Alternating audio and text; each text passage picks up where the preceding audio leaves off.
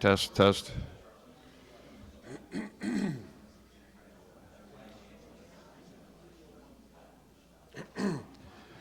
Morning, everyone. Welcome to day 2 of the Michael R. Argetsinger Symposium. I'm Mark Steigerwald, Director of the Racing Research Center. Once again, we have books for sale in the back. Excuse me. And there's also some information about our sweepstakes car this year, 2024 Corvette E-Ray. So if you're curious about that, you can ask at the back desk, or Duke is back there, and he can answer any questions for you as well, too. So again, welcome. Without further ado, I'll introduce Don Capps once again, historian and director with the SAH. Don.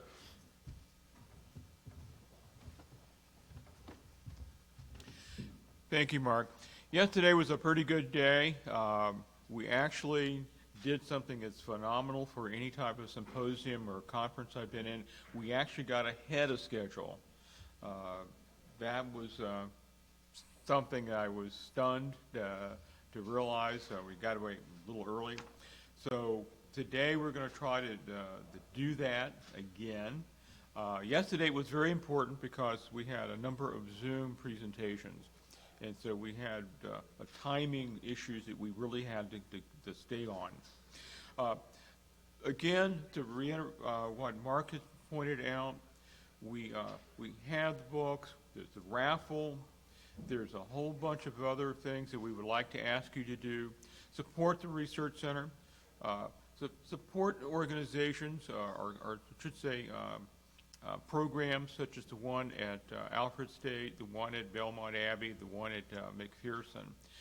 That's the future of these types of programs. This symposium, for it to last, this is what we got to do. The books are on sale. The E-Ray is real cool. I can't say enough things about that. That's one of the coolest things I've ever seen. It really is. So, a lot of good comments from yesterday. So let's, Excelsior, as they say, onward and upward. Today, the first one is kind of an interesting one. Auto racing superstitions and bizarre events.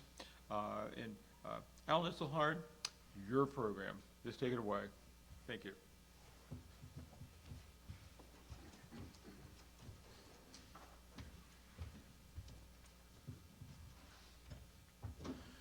Good morning, everyone.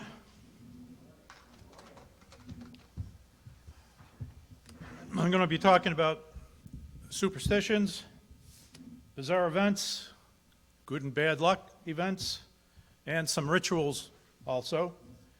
And I'd like to begin by sharing a brief dictionary definition of the word superstition: beliefs or practices resulting from ignorance, fear of the unknown, trust in magic, or chance, per Webster Dictionary. Now, if I were to go around the room and ask everyone in the room to tell me what racing superstition they hear most often, and I guess it's green race cars. Or possibly it could be the number 13. You don't want number 13 on your race car. And the third choice is peanuts. And I wondered, where did these superstitions develop? How did they happen? So I started to do a little bit of research on those 3 items. Racing's green superstition, I believe, may have started right here in central New York at the Syracuse Fairgrounds on the 1-mile dirt oval racetrack. I got to do the first one now. Where's the, okay, thank you. Tell you what, just for a moment here. Bear with us, folks.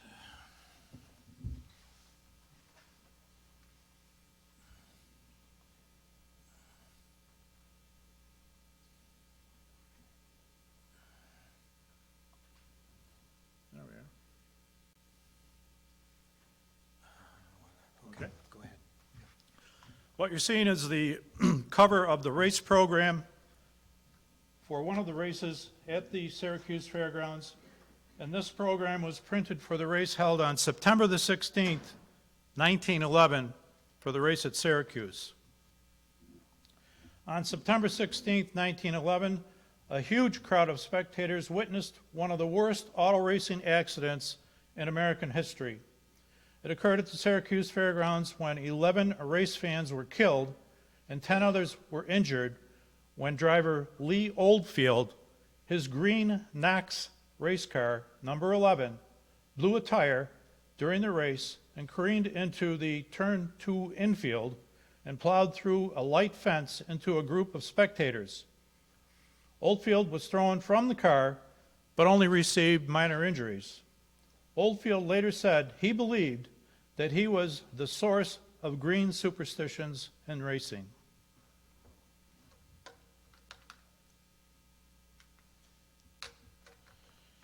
This is Gaston Chevrolet. If the Syracuse wreck was considered the beginning of green car superstitions, it got stronger in later years. Gaston Chevrolet, a race driver and younger brother of Chevrolet Motor Car Company co-founder Louis Chevrolet, competed in a race on November 25, 1920 at the Beverly Hills Speedway, a board track in California. Gaston Chevrolet lost his life when his green Frontenac race car crashed into the Duesenberg driven by Eddie O'Donnell and his riding mechanic Lyle Joles. All three people lost their lives in that accident. Scant months earlier, Chevrolet had won the Indianapolis 500 in that very same car. By the way, it's interesting to note that the color green was very much in evidence early at the Indianapolis Motor Speedway for many years. Most of the seats were painted green. The original shop garage doors were painted green and white, and the races, of course, were started with a green flag. So, and the other thing is green in racing peaked between the 1920s and the 1950s, where the superstition really became prominent.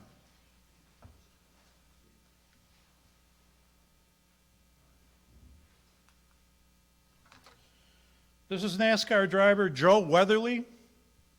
NASCAR's Joe Weatherly was superstitious of everything, particularly the color green and the number 13. Joe Weatherly once refused to start a NASCAR race because he qualified 13th. Until he encouraged the promoter, he qualified in 12A position. They used to carry his race car in the back of an open flatbed trailer. Joe and his team owner, Bud Moore, were eating inside a little green mom-and-pop restaurant, roadside restaurant, when a green vehicle backed into the race car, leaving a little green paint on it. Bud said, "We'll paint over it." Joe said, "No, you're not going to do that. You're going to grind that out." So he said, if you paint over it, it's still there. Weatherly was killed in 1964 at Riverside, California, with two $50 bills in a shirt pocket. A superstition now exists that $50 bills should be avoided at racetracks on race days. Many people remember Indy driver Roberto Guerrero winning the pole position for the 1992 Indy 500 and then spinning his green Lola Buick on the second parade lap just before the start, taking himself out of the race and somewhat embarrassed. In 1993, Jeff Andretti drove the same car, again in green livery, and crashed. Guerrero drove the exact same car in 1994, again sporting a green livery, crashed and finished last. The green superstition hung around until the 1980s when racing sponsors' products were green-oriented and green non-superstitious money was welcomed by the race teams and tracks.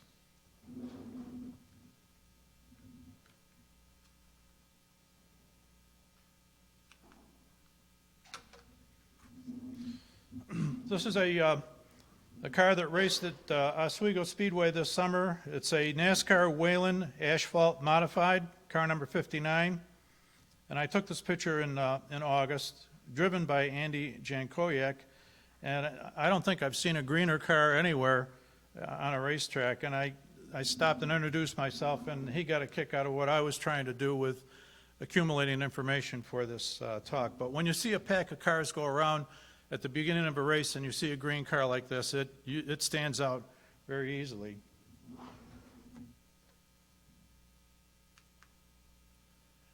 All right, now this is a little difficult, but it took me 3 weeks to learn how to say this word.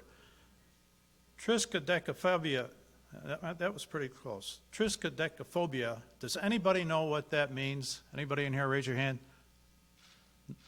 Oh, we got a couple people that do know what that means. That is fear of the number 13.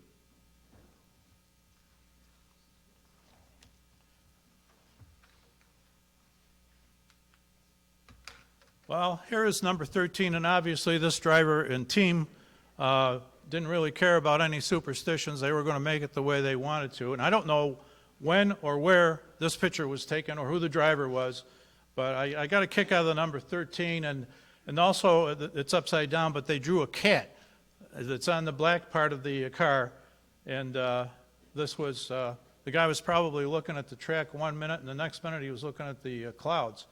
But this is what happened to the driver of the number 13 Jalopy Coach stock car. Some drivers are so nervous about the number 16 or 13 that they are reluctant to use multiples of 13, like number 26, 39, and so forth. They're considered unlucky by some teams. A widespread circle track superstition was never having a car number that could be read upside down. According to superstition, the 5 luckiest numbers are 3, 4, 8, 9, 12, 21, and 77. However, these numbers may not be considered lucky by all cultures. In Italy, the number 17 is considered unlucky. In China and Japan, number 4 is supposedly unlucky. And they say number 4 in Chinese sounds very similar to the word death. Indy, from 1926 to 2002, the use of the number 13 on a race car was officially disallowed by the rules.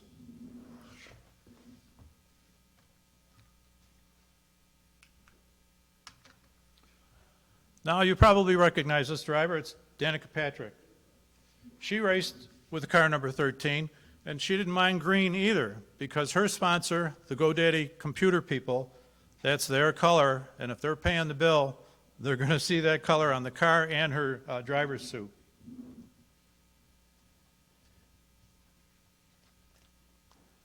As a 7-time world champion, most people assume that Michael Schumacher was a driver certain of his skills, but he too believed in a few superstitions.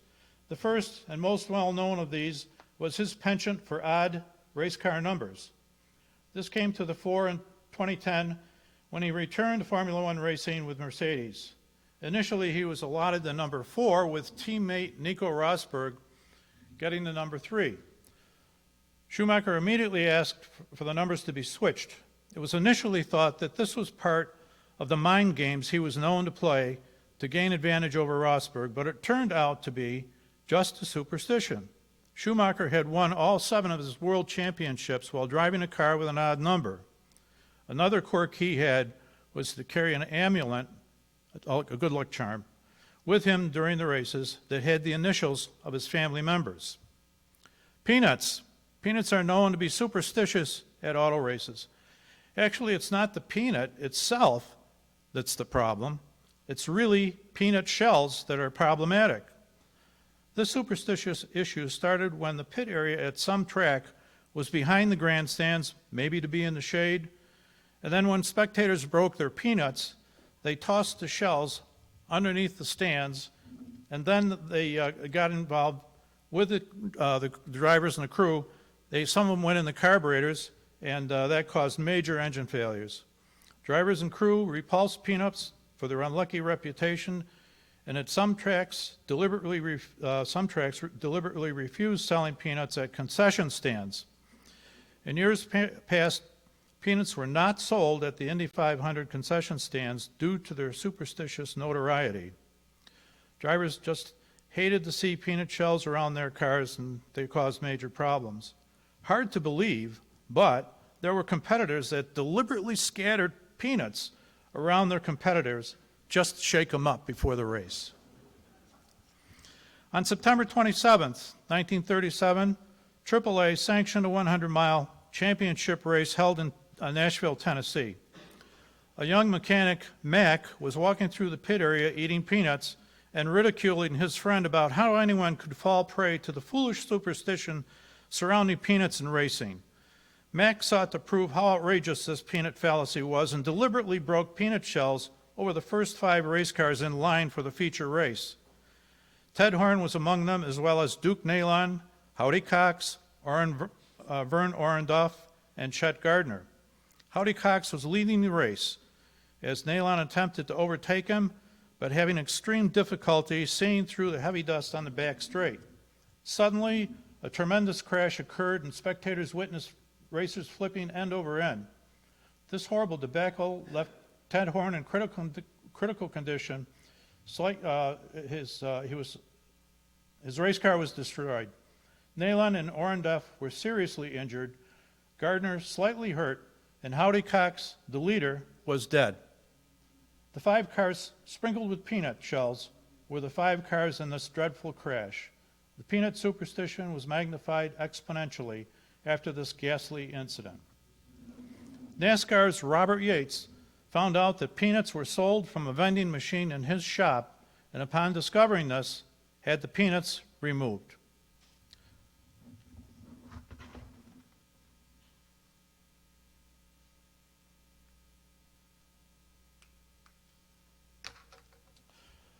This is a panoramic photo. Indianapolis before the start of the race in 1935. Beginning with the first Indy 500 in 1911 and until 1957, a panoramic photo was taken of all drivers and officials on the main straightaway just before the 500. The camera and photographer were located on the back of a flatbed farm truck. Superstitious drivers, not wanting to be photographed just before the start of the race, simply didn't line up and pose for the photo and weren't included by their own choice. Some drivers were superstitious about having their photo taken just prior to a race because many thought so often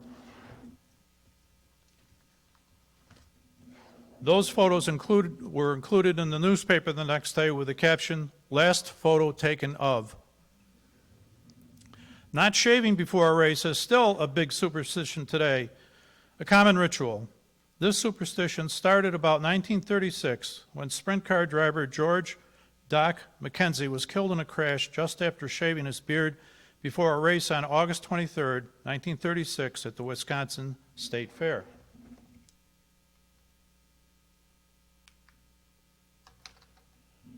This is NASCAR's Bobby Isaac. Bobby Isaac, 1972 NASCAR champ, dropped out of the 1973 Talladega 500 mid-race in an impulsive decision which surprised his pit crew and team owner. He suddenly pulled into the pits, got out of the race car, and that was it for him for the day. When questioned why he dropped out, Isaac said he heard a voice that told him to quit racing or he would die. He did not participate in any further 1973 NASCAR Winston Cup races after Talladega. The late Davey Allison claimed he would be awakened at night by strange noises when staying overnight at the Talladega track. Also on the weekend of a race, Allison would watch a movie. If he ran well that weekend, the same movie would be watched the next weekend. And of course, Allison was killed at Talladega in the crash of a helicopter that he was piloting. Giuseppe Farina was the winner of the first Formula One World Championship race in 1950 for Alfa Romeo at Silverstone, and was the first world champion driver also. Farina had a medallion of the Madonna della Consigliata, which he always wore, to the extent that when he forgot it at the Dutch Grand Prix in 1953, he dashed off to the hotel so he could get it and nearly missed the start of the race.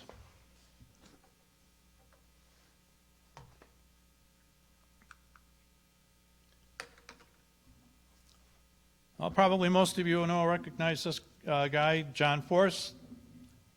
John Force would not climb into his Castrol racer without at least one St. Christopher medal, and sometimes two, around his neck. And he isn't the only driver to carry a St. Christopher medal during a race. Formula One world champ driver Alan Jones won the Formula One title in Canada, but only after the last-minute delivery of his special luck charm, a pair of red underpants. Jones admitted being superstitious and felt uneasy because he thought he had lost them. He contacted his wife in England to search for them, which she did. She found them and sent them to Canada by special express. Retired driver David Coulthard always steps into his race car with his right foot first from the left side of the car. Coulthard also felt he owned a pair of lucky underpants, which he wore in every race. After crashing heavily once, his driver's suit and underpants needed to be removed by cutting them off. When his mother found out he wore 5-year-old, well-used underwear with holes, she forbade him to continue doing this. He complied, but he still took the old underwear with him to the races for good luck. Retired driver from Italy, Stefano Modena, had a strange superstition. If he was in the race car and anyone touched him before leaving the pits to start a race, he would get out of the car and then get back in. Alberto Ascari, a two-time 1950 world champion, had a favorite blue helmet, which he would not allow anyone else to touch.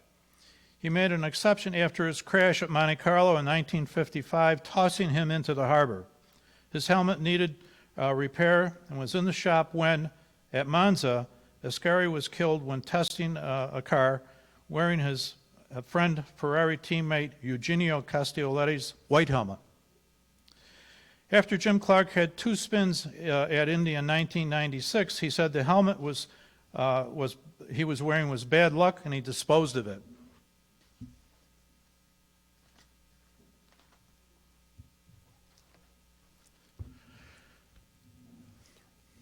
Retired superstitious Formula One driver Alexander Wurst said he wouldn't sleep in a hotel room with his feet facing the door. He also wore different colored racing shoes on each foot, red on the left, blue on the right, for good luck. Carl Kiekhaefer, a 1950s two-time NASCAR championship car owner and Mercury boat motor manufacturer, wouldn't let his drivers or crew sleep with their spouses the night before a race. Shaking hands just before a race is another superstition. This is among the most common of superstitions, by shaking hands or not shaking hands. I'm not sure which is more superstitious. I've read that A.J. Foyt always wrapped a rubber band around his gear shift lever. He once said, "It's a habit I've had for nearly 50 years in both race and street cars. While I don't consider myself superstition, I figure it doesn't hurt." Most drivers visit the trough just prior to the race. One Southern driver admits to always using the urinal farthest to the left, as it represents the pole position. If that urinal isn't available, he waits till it's free. Jacques Villeneuve, a retired Formula One driver, wouldn't remove his helmet when relieving himself just before a race. Many drivers have superstitions about who buckles them into a race car. In his book, My Speed Was Life, the famous German race manager for the Mercedes Grand Prix team from 1926 to 1955, Alfred Neubauer recalled, "I've known very few race drivers who did not suffer from superstition in one form or another." Here is Neubauer, and on his left is Sterling Moss, and I got to get back to my notes here. And the other gentleman on the other side is Dennis Jacobsen, and this is after they won the 1955 Mille Miglia. This was probably Sterling Moss's greatest victory. Sterling Moss once explained, "Most of the drivers I know are pretty superstitious. Maybe their reasons are the same as mine, that it costs nothing, and therefore you might just as well be superstitious as not. I always carried a gold horseshoe on a chain around my neck, given to me by my sister, and I always tried to wear it the right way up to keep the good luck in it." Tazio Nuvolari wore a golden tortoise charm with the letter N on its back, a present from the famous Italian poet Gabriele D'Annunzio. Following an Irish superstition, Dale Earnhardt Sr. will leave a building walking out the same door he walked in. Wessa Miller was a handicapped child who loved watching NASCAR on TV. She wanted to meet Dale Earnhardt Sr., and through a Make-A-Wish Foundation, she attended the 1998 Daytona 500 and met Earnhardt. Miller had a special gift for Earnhardt, and she believed that it would help give him a little luck. The gift was a penny that she had rubbed for good luck. Following their meeting, Earnhardt found some glue and glued the penny to the dashboard of his race car. He won the Daytona 500 that day. Earnhardt tried to keep the penny, but the penny ultimately stayed with the race car, where it remains to this day in the Richard Childress Racing Museum.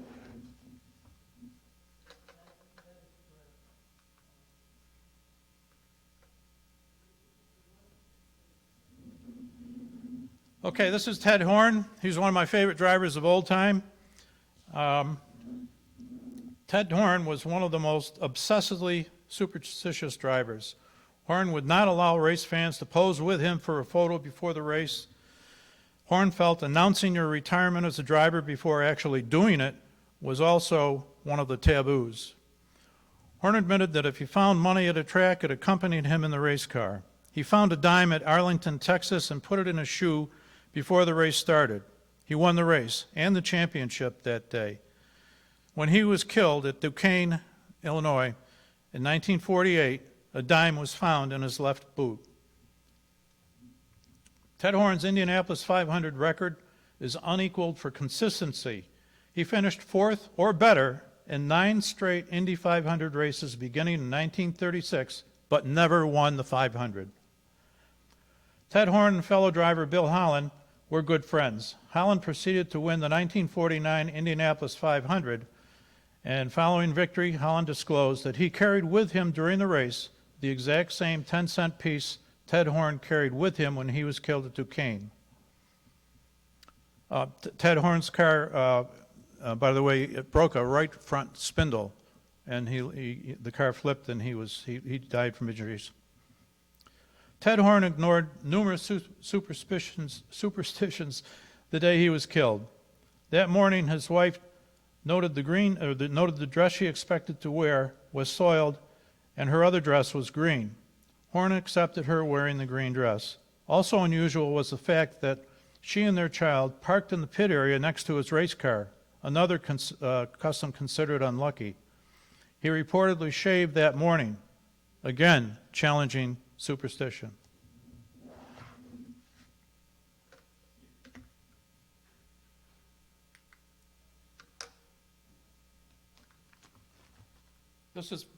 This is Francois Severt.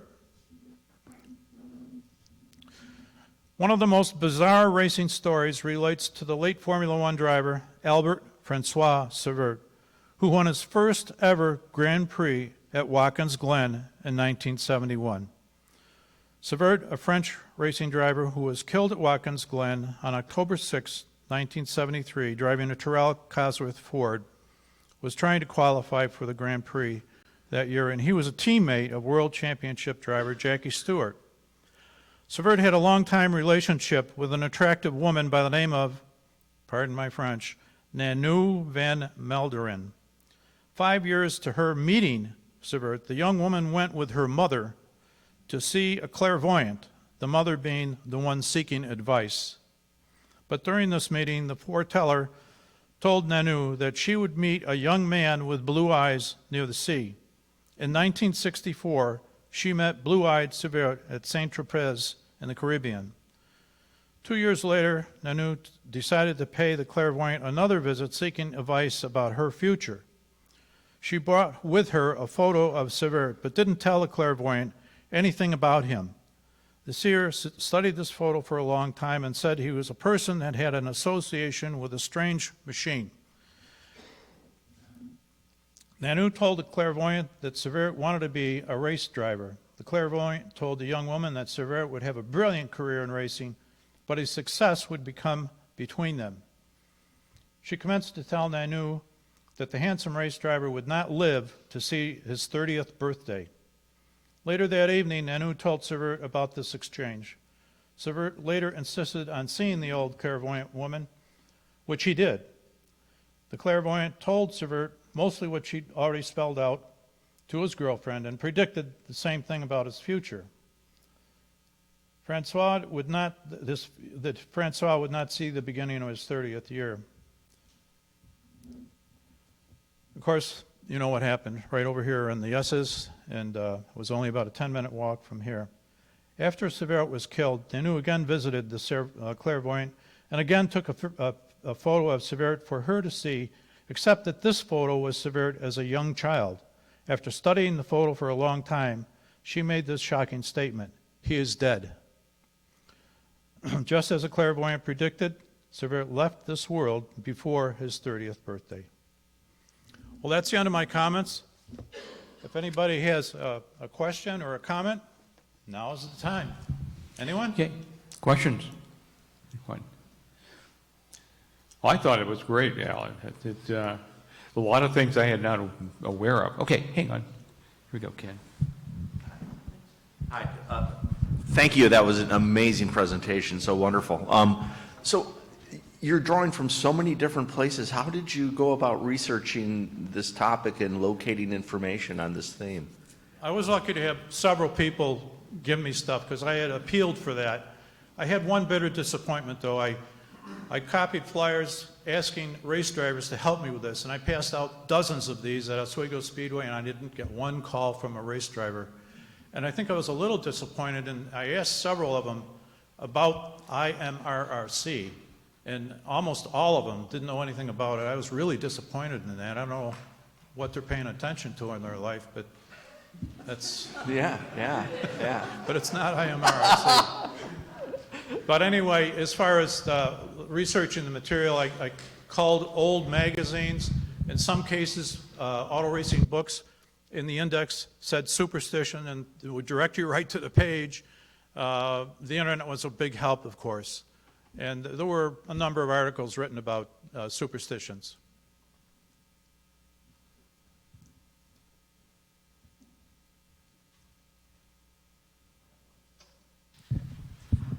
You bring up the superstition about announcing retirement before actually retiring, and didn't Stewart, before that race, because it was supposed to be his 100th race, announce his retirement from the sport before Severt died? He never told anyone. Oh, he didn't, that's right. His wife and Cannataro, the only people who knew. Okay. I couldn't remember exactly what it was, but it's an interesting thought that Stewart was going to retire and then Severt died. Right. Stewart was supposed to retire on the weekend that Severt got killed here. It was going to be his 100th Formula One race. And, of course, he never got to drive that 100th race because the Terrell team pulled out of the weekend after the death of Severt. Anyone else? So this is terrific stuff. I'll have to turn my back to you. Maybe it's a superstition. I don't know. I'm not going there. So it's good to see you. Do you think drivers are more superstitious than other athletes, and how come? I understand that baseball players are also very superstitious, and I can't say any other sport because I really don't pay too much attention to other than auto racing. Anybody else? Women were not allowed in the pits in oval racing up till not all that long ago. Was there a superstition about women? Yeah, there was. That's why they weren't allowed into the pits. One year, many years ago, I went to Oswego with my wife, and I said, well, I'll treat you to a pit pass, and we'll get there a little early, and we could walk in the pits and see the cars and drivers close up. She went to where the pit passes are sold, which I'm sure you know about, and they kind of laughed and said, we're not selling you a pit pass because you're a woman. Well, she didn't like that one bit. And there was a police officer at the track that day, and she went right over to him and she said, they won't sell me a pit pass. And I think that's discriminatory, and this police officer didn't want to hear that at all, but it didn't do any good. But I think he did go ask somebody, and the excuse that was given was, there's no ladies' room in the pits.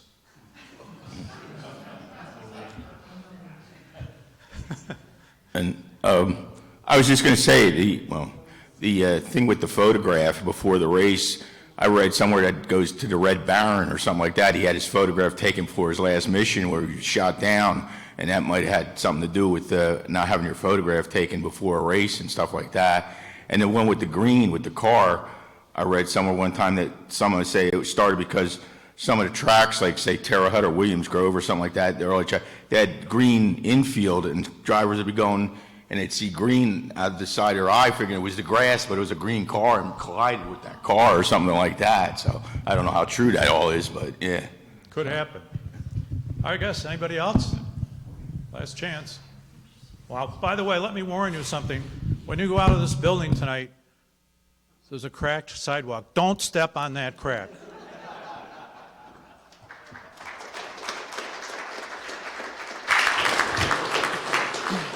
Thank you, Alan. That was great. Really interesting.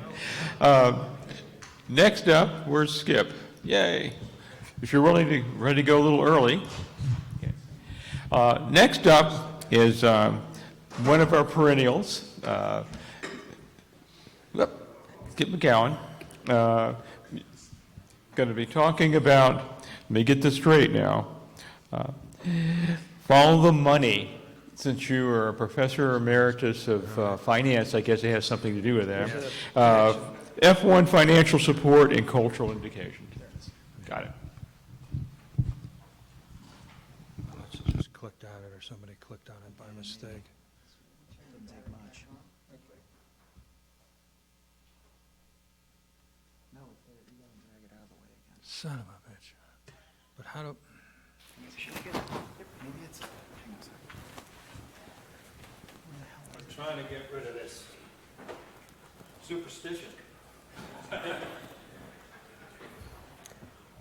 Where the hell did it go now, Bob? I know. Well, it came up when I opened Zoom, the PowerPoint, I mean. Yeah, I know.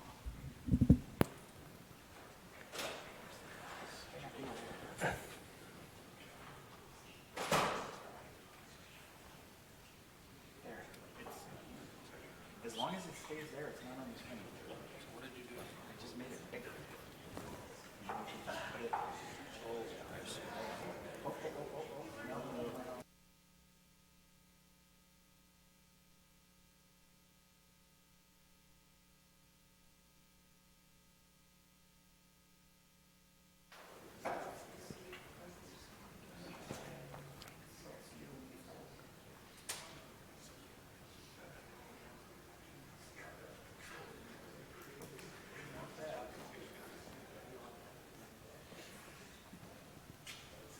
Sorry, we're trying to get this out of the way.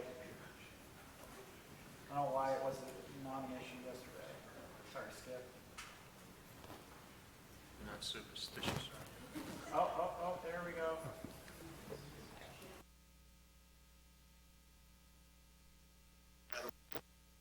Where's the clicker? Can you take it with you? Go get it. Give it quicker. Left and right. So, okay, sorry about that.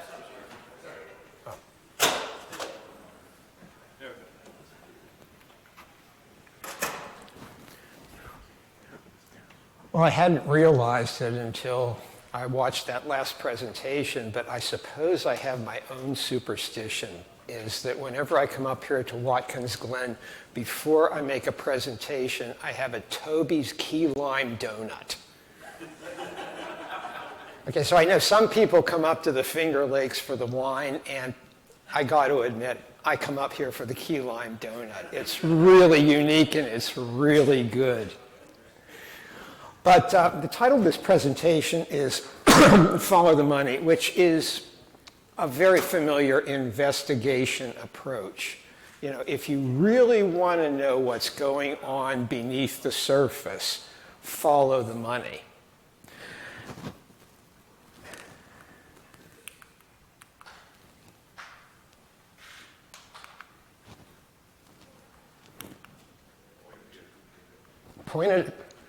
That's so interesting is electronics. For some reason, we're so mechanically inclined that whenever something electronic doesn't work, you reach out and point. Well,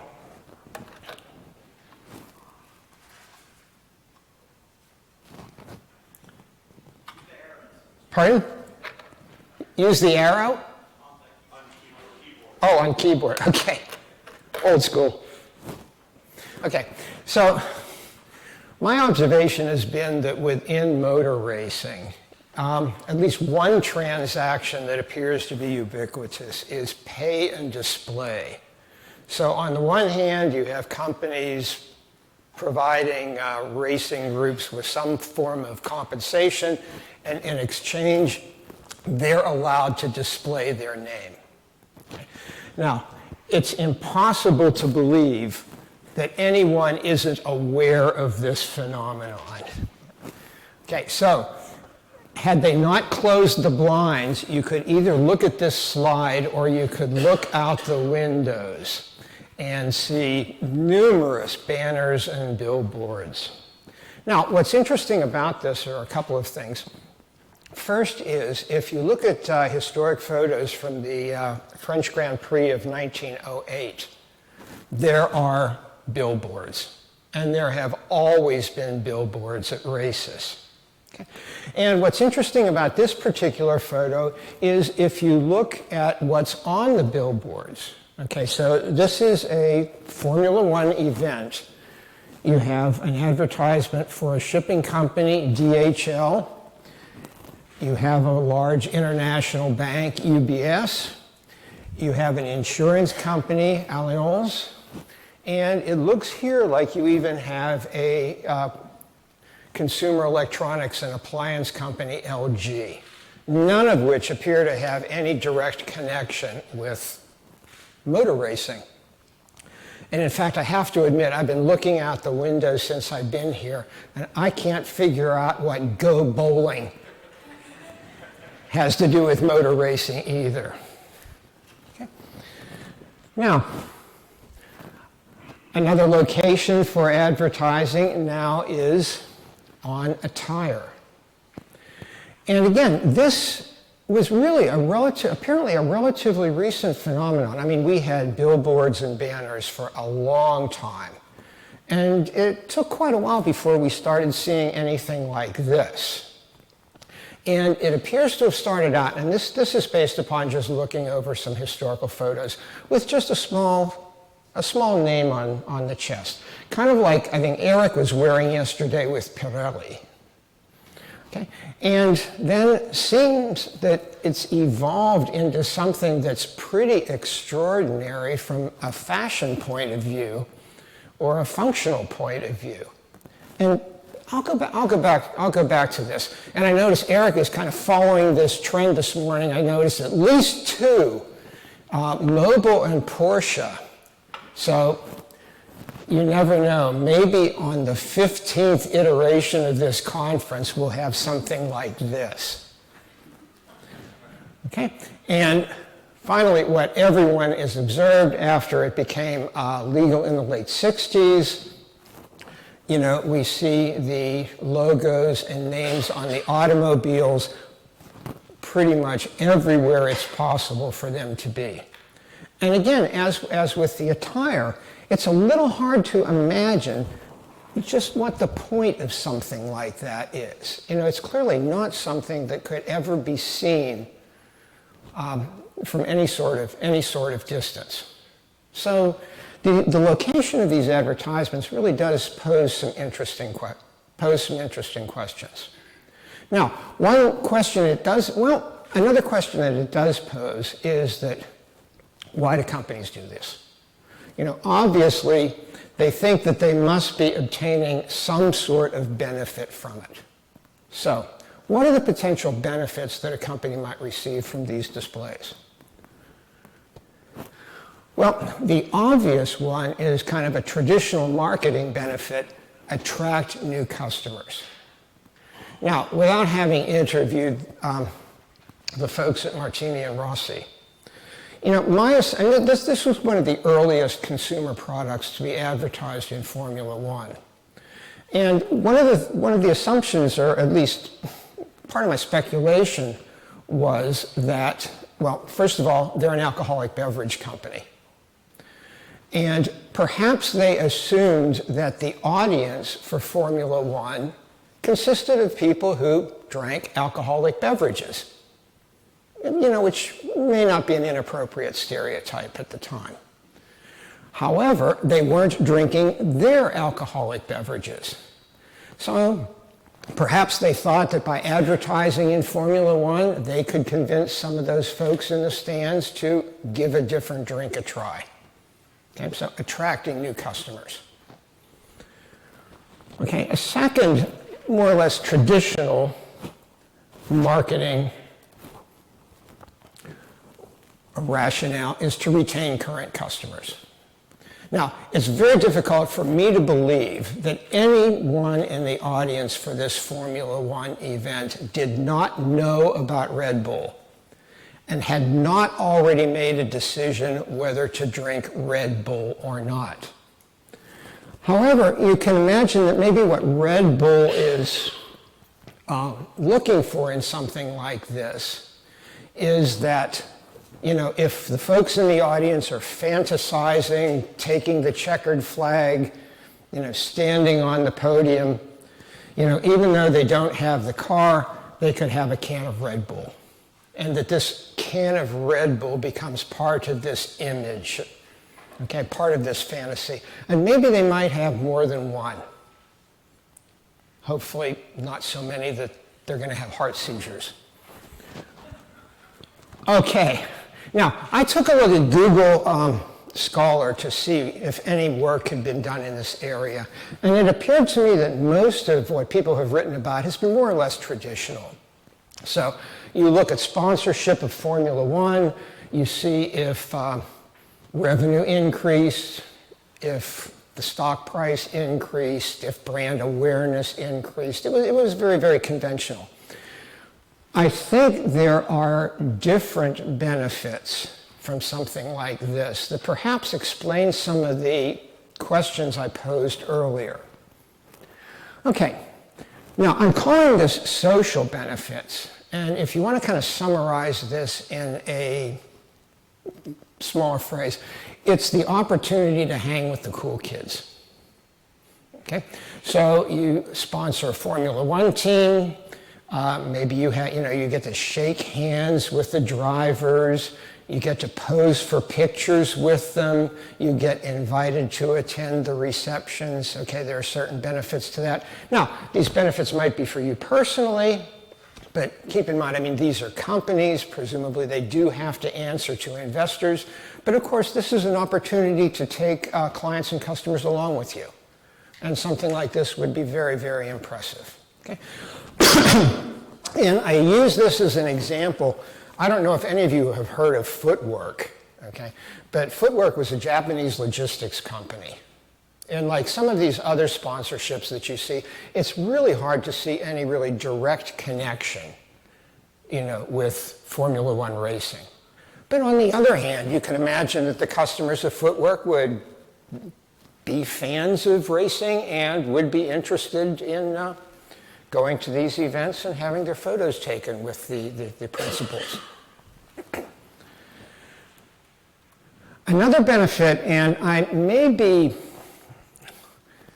mistaken in referring to this as political benefits, but the idea is that there's something else going on, not necessarily related directly to business activities. Early on, there was certainly a very significant nationalism component to racing.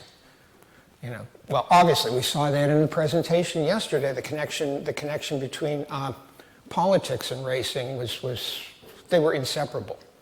So you could see in a situation like that, an Italian company might want to be showing its patriotism or its political commitment by advertising at an event like that, or advertising at on a vehicle in that event.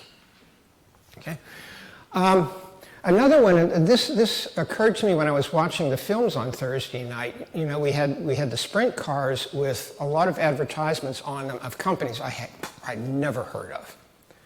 And I thought, well, maybe it's kind of a way for the company to show its kind of more personal support for a customer. Okay, so that they're willing to kind of donate in a way to their, to their venture and not just sell them a product. Of course, you could also look at this as being kind of a product discount as well. But the reason I've used Parmalat here is that Parmalat is an Italian, I believe, dairy products company. Okay, and again, you're thinking like, what's the connection? And I think maybe at this time, Parmalat was trying to become a conglomerate. And, they wanted their name to be known to potential investors, when they're looking to finance their acquisitions. So this is a way of getting their name out there. That may seem a little elusive, but I'll explain a little more in just a second. And another one, and I think this is becoming increasingly important, is the idea of brand image. Okay, so we have the company Palantir, which, as near as I've been able to figure out, is a data mining company. Trying to extract something from large databases. I've never heard of their name in conjunction with motor racing. Usually Palantir is associated with the Department of Homeland Security, with a Central Intelligence Agency. But here they are, Palantir Ferrari team partner. Now, interestingly, 2 days ago I was looking at the CNN website, and there was an identical banner on the website to this. I mean, identical. Same photo, same everything, different company. But again, a technology company. One thing that I've looked at in the past is the importance of making something tangible. Humans deal with physical objects. And obviously, a company like Palantir is intangible. And I'm wondering if making the technology association with Ferrari gives them some sort of visual substance or visual picture to their clients and customers. Okay. Now, let me digress just a little bit. I had a friend from Germany visiting a week ago. And I told him I was coming up to the conference, and he said, "Oh, what are you going to do?" And I'm making a presentation. And I told him about the presentation. So he told me a story. My friend is with a German biotech company in Munich. Okay? This biotech company, it's very small. It has a very specialized product. What they produce are delivery systems for drugs. Okay? Drugs can't all be administered in the form of a pill. Okay, there can be a very, very touchy, very, very difficult process to get the chemical into the body and get it to the right place. And this is what his company does. So the customer for his company are drug companies. Okay, so they hire this company to develop delivery systems for their new experimental drugs, which is really way far removed from anything individuals are familiar with, and certainly far removed from sport. Now, he was able to use company money to make a contribution to a participant in a race called, and I think it's called Van der Globe. It's a solo around the world sailing race that occurs every 4 years. Okay? Now, one of the reasons I think he made this contribution from his company, he obviously had the influence to do this, is that he's a sailor. So he kind of liked the idea. But the other reason is, Van der Globe, I understand, is largely a French endeavor. So most of the contestants are French. But it's held every 4 years, and 4 years ago, a German contestant participated and did really well. Apparently ended up in the top 5 out of about 30. And this got huge publicity within Germany. And he thought it might be good to sponsor this race because another German who was from Bavaria was going to compete. Now, what's interesting is I don't know that he anticipated the consequences, but one thing that happened is that as a result of the sponsorship, his company's representative in France was invited to a reception where she was photographed with the German contestant in this race. And this photo ended up prominent in German media, saying, okay, here a representative from Sirion Biotech is shown with the German participant in the Von der Globe race. And it was like, turned out pretty well. So that answered my question as to what the point of all those things on the jackets were. Is that so when someone gets photographed with a driver, they can see on the driver the logo for their company.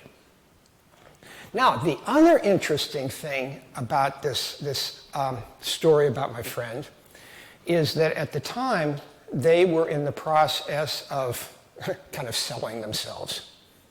Okay, they were looking for a larger company to take them over. And what he found was their association with this race turned out to be significant. That the people, the potential acquirers that they were talking to thought it was pretty cool that the company was associated with this race. And the thing is, you never know what people are going to bond over or what's going to be an interesting topic of conversation. So rather than having to talk about antibodies, they were able to talk about sail racing. So that story that he told me really gave me some insights into what might really be going on here, is that this association can have very valuable yet very indirect benefits. So that all of those little logos, on the car, are not going to be visible to customers if any customer ever cares about them. But they provide other kind of downstream benefits that can be extremely valuable. Okay. Now, in looking at this over this topic, I thought, well, it seems as if there's an evolution of sponsorships and advertising. It's kind of gone through a series of changes. Okay. Now, originally, racing was an important means of advertising the automobiles themselves. But what I found to be interesting here is that in the 1950s, that really wasn't so much the case. Who knows? Maybe it was because the cars had deviated so much from anything that people could actually purchase. So if you look at photos from Formula One cars from the 1950s, I saw only 2, maybe 3, that had a logo, and it wasn't very prominent. Mercedes had the star, Maserati had the trident in the grille, and I think I saw a Ferrari logo. But otherwise, the only other thing was you could spot the Gordinis by the shape of the grille. But, that could hardly be too important. So they weren't really advertising the car so much. But as you can tell from the billboard in the background, is most of the advertising had to do with various sorts of automotive products. Petroleum products, tires, spark plugs, those sorts of things. The next stage was really tobacco advertising. Now, I think there were 2 reasons for this. One reason is there were fewer and fewer places where tobacco was allowed to be advertised. And in fact, in some cases, it wasn't even allowed to be advertised on the automobiles in some countries. Okay? So tobacco companies are looking for a place to advertise their product. Now, here's where the stereotypes might come in. You know, I mentioned before a stereotype that maybe the Formula One audience at the time drank. Well, maybe there was also a stereotype that the Formula One audience at the time was more likely to smoke than the general population. You know, whether that was accurate or not. So they had to find some place to advertise. They chose this, possibly because of the audience, and also because they were able to paint the car to look like their pack of cigarettes, which was pretty exciting, and I don't know of any cigarettes that were green. Okay. Then, as Formula One apparently became more popular and had a much broader audience, you started seeing advertisements for generic consumer products. And by generic, I mean did not necessarily appeal to a unique market segment. That pretty much most people, you know, would be in the market for this sort of thing. You know, most people would be out and thinking about purchasing a camera, for example. Then from there, it kind of moved more into upscale products. Okay, so they were targeting what would probably consider maybe a more wealthy people. Okay, so you see HSBC advertising, you know, you see WorldCom advertising. Again, I'm not sure at the time how many of WorldCom's products actually were under the name WorldCom.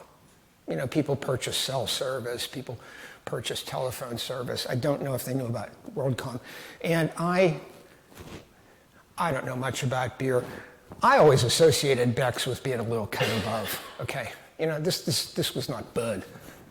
So we see them advertising more upscale consumer products.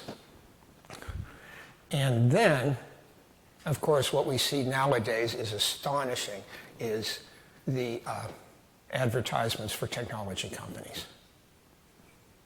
And again, you can maybe make an argument that these were suppliers in some form or another. I'm not so sure. Okay, so in this case, you do see Palantir, you see Amazon Web Services. You know, I'm not sure what this. I looked some of these up. You know, one was like a Swiss cloud computing company. Okay, so these are companies you'd pretty much, for the most part, never heard of. Kind of like Syrian biotech. Okay, so I saw this as being kind of a progression of products that were being sponsored, and wondered what the connection was between that and the audience, or at least that and the company's perception of the audience. So do the changes in sponsorship correlate with changes in the Formula One audience and kind of the cultural position of Formula One? Now, I thought, well, let me see if I can kind of quantify that in some way, and honestly, I don't know if I had. Okay? But what I was able to do was find a Wikipedia site where someone had looked at every Formula One team and by year looked at the, well, what they called it was, well, they had the constructor, and that's how it was listed.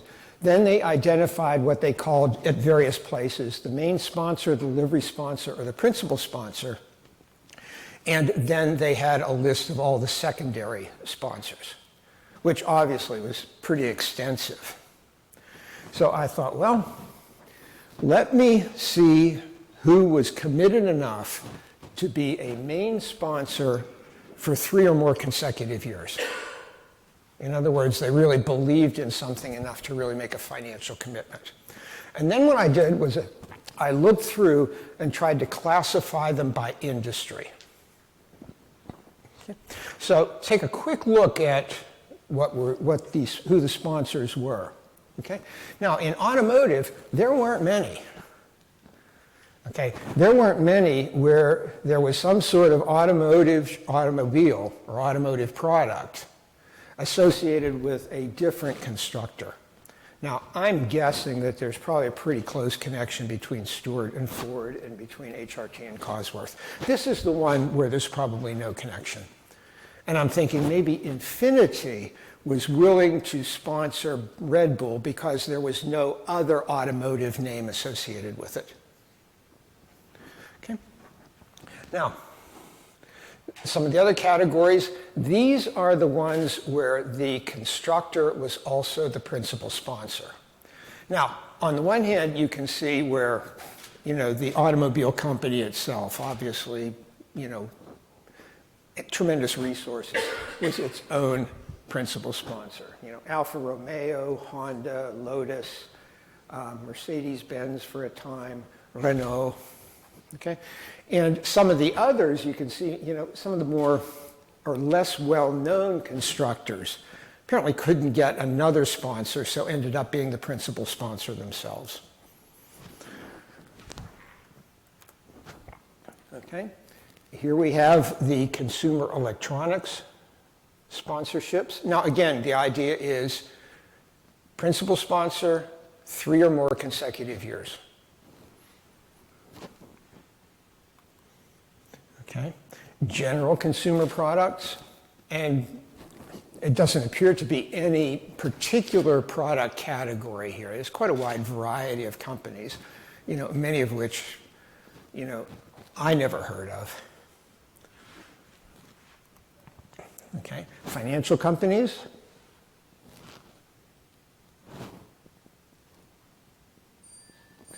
I've called this oil and chemicals. Actually, most of it's petrochemicals. There are a few. I think this is a kind of a sugar company. I think Courteau's, is more diversified products. But, notice most of them are petrochemicals. Technology companies.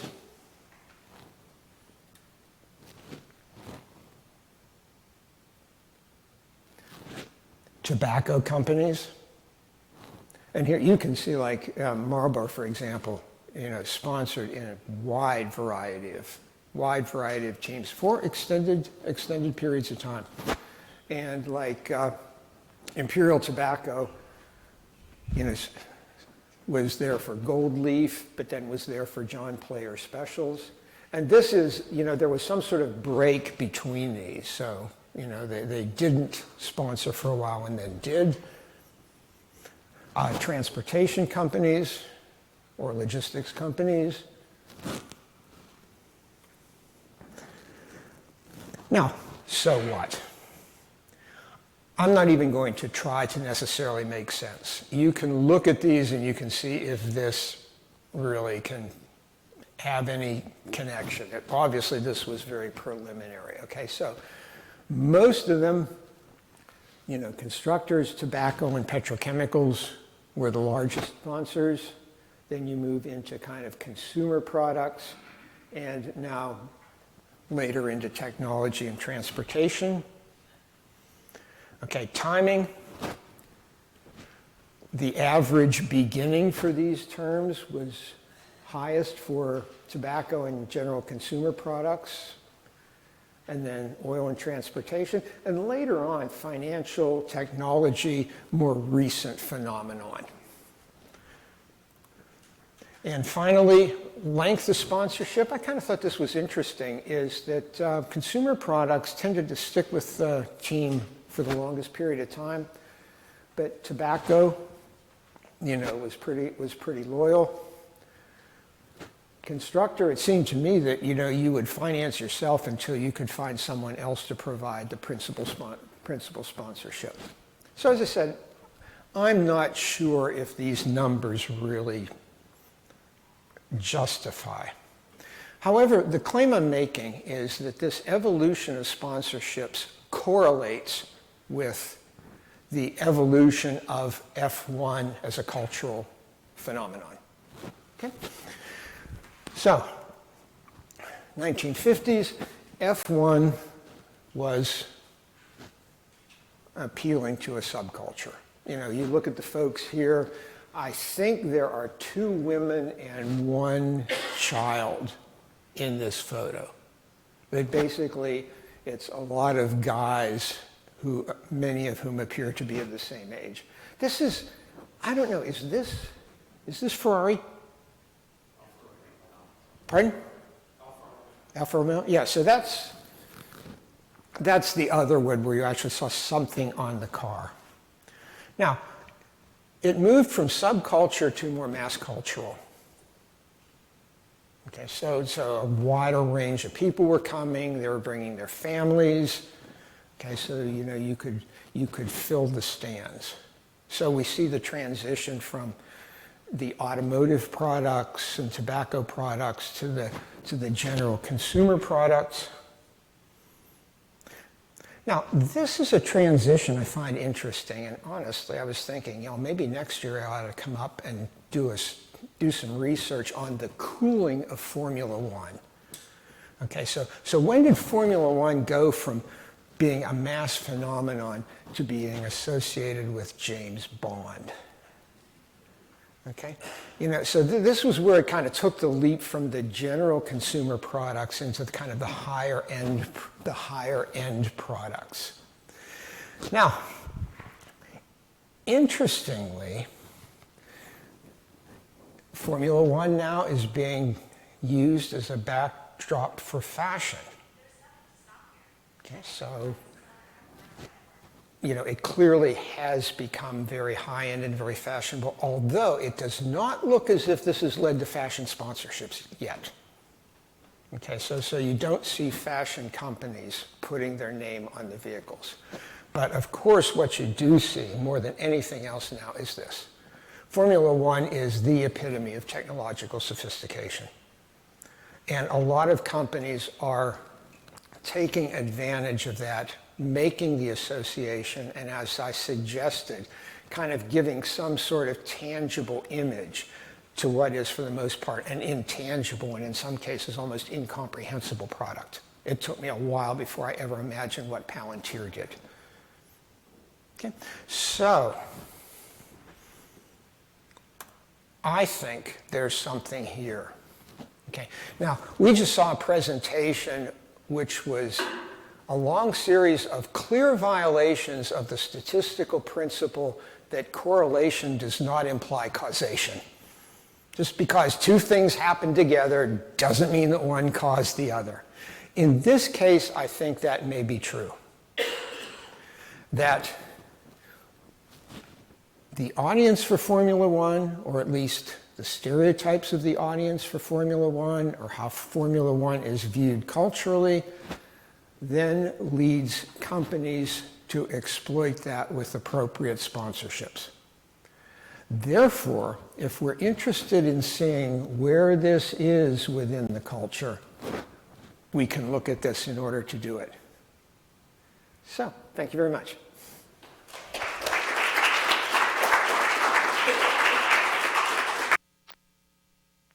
I think we've just seen the, I would call the Bernie Ecclestone lectures on Formula One with Jim Miller. Then we got Richard Haynes coming up next.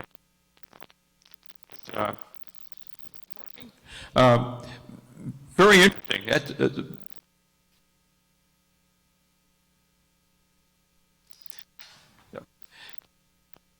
Comments?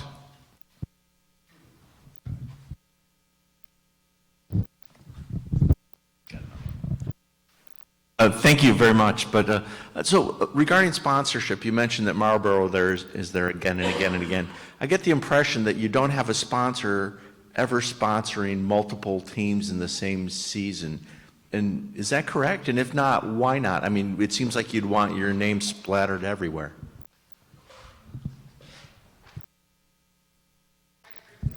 Recall ever having seen any overlaps here that Marlboro never sponsored more than one car.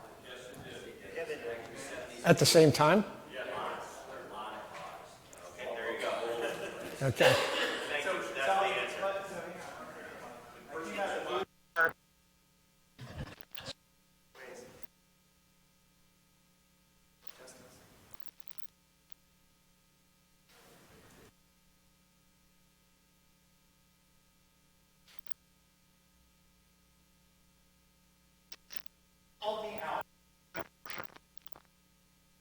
Look at one petroleum on this side, one over here, designer Hugo Boss on the front, Motorsport on the.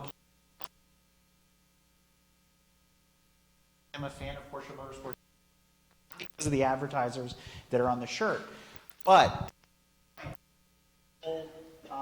sponsorships throughout the different. Yes, it sponsors multiple cars. But CrowdStrike, like these technologies, there are systems that are core things like Millicon. Closely, CrowdStrike, West, they're the logos are big. But what's interesting about the relationship and things you were pointing out is bigger they contributed to the team. I think the bigger sense, and the reason I wear this, and you mentioned it very briefly, is this.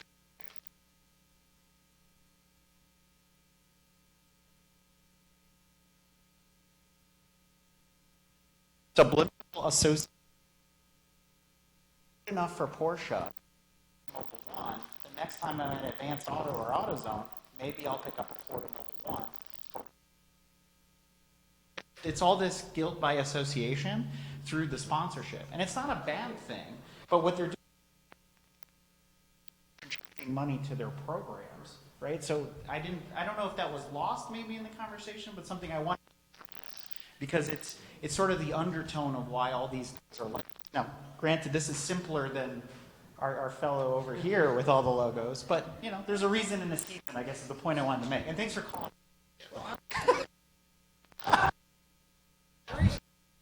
Then asking you to have their photo taken with you. You know, if you like, come on by, right?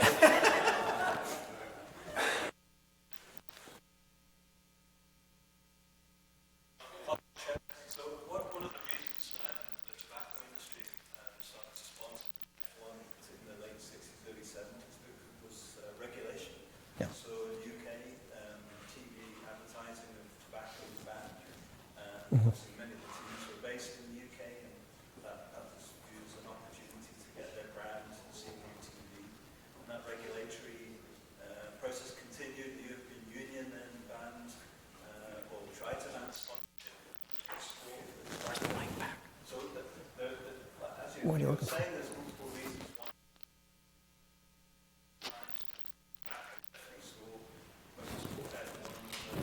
To get their brand on the screen when advertising was banned. Oh, we're back again. Thanks. Yep. I'm sorry, I apologize. Was there a question there? I agree with the observation. You'd mentioned you hadn't seen a green car with tobacco sponsorship. Well, in North America, Cool Cigarettes was a major sponsor for almost a decade in Formula Atlantic and kart IndyCar. But you started out talking, you mentioned the Go Bowling. I had a chance to interview the Go Bowling folks in August, and demographics is their big interest in NASCAR because their demographics in bowling are very similar to demographics of what they find in NASCAR. And so that's why they come. And it's not just about being on the signage or on a car. They do what's called activation, which they bring a bowling alley here and set it up and let people get involved, and the clothing and that sort of thing. But yeah, it's not just about your name on the car. It's what they call activation and getting people involved and out to the track. Okay. But wonderful presentation. Thank you.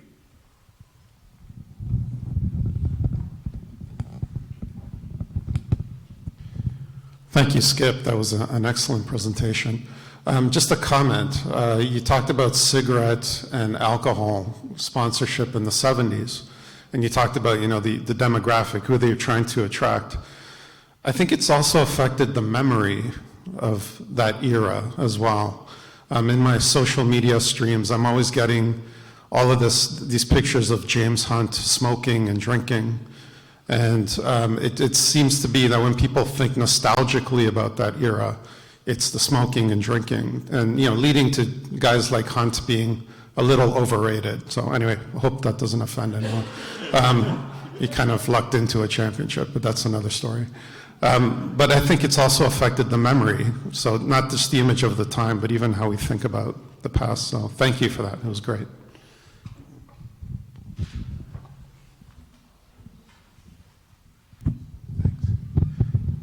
That's wonderful research, Skip. You're doing some great stuff there. I have a question about the role of the individual. You know, like we see this in NASCAR a lot. A driver will come to a team with a sponsor, and that's where they get their job. And it's to the point where drivers will get fired because somebody else comes in with a more lucrative sponsor that's sponsoring the individual, not so much the team. They'll sponsor whatever car this guy or woman goes to. And I'm just wondering if you saw that with Formula One. Because I'm thinking of someone like Lewis Hamilton. We were all talking about, you know, like the fashion industry. You know, he seems to be connected with a lot of high-end clothing companies. Well, who's it? Yeah, Tommy Hilfiger. And then like the watch deals that so many see drivers promoting watches. That seems to be much more personal than a team or a manufacturer. So just wondering if there's any correlation there. That's clearly worth doing. As I said, the source for that information was by constructor. And, okay, call me a slacker. I didn't go the next step to see what drivers were associated with those vehicles at the time, and then to see whether they had an influence on subsequent sponsorship. But clearly, that would be worth doing. And actually, clearly, there's a wealth of PhD dissertation material here. You know, there really is. But unfortunately, motorsports could stand to be a much more acceptable topic of academic research. I'm more interested, I think, in the subliminal and political influences of advertising and logos that I noticed. I wear German Birkenstock shoes. If you look at the pattern on the sole, it is the Hindu symbol for peace. If you walk on snow with them, it's a swastika. So I'm interested if tire companies have ever used treads to make imprints that take motion and movement to the next level in terms of printing a symbol or a logo. Just saying.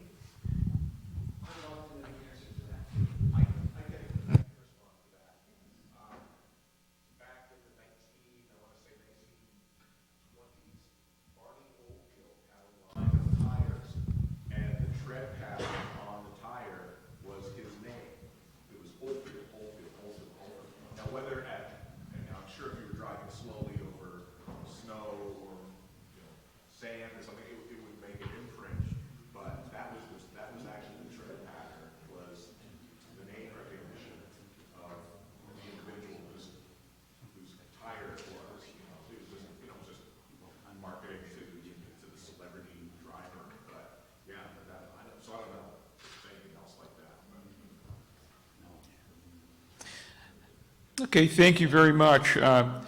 Skip, wonderful presentation. Can't say enough good things about it. A lot of great comments. Okay. Yay. Okay. Super. We're going to take a 15-minute break. Notice 15 minutes. Be back here. What was it? Yeah, 11.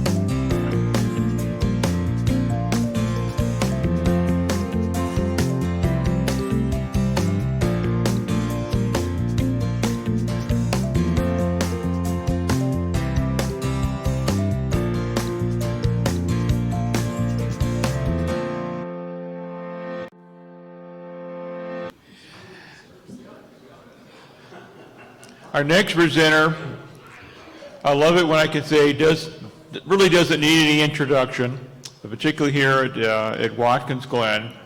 But welcome back, and the door is always open to Buzz McKim, who had a great effect on NASCAR history, been the historian at the NASCAR Hall of Fame Museum, been involved in more books and more productions than I can even think of, and he even paints race cars.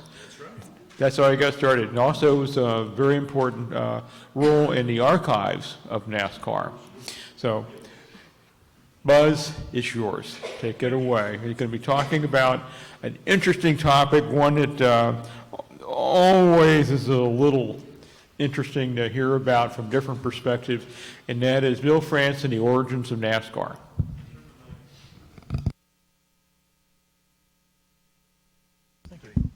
Well, good morning, everybody. Thank you for having me. We appreciate that.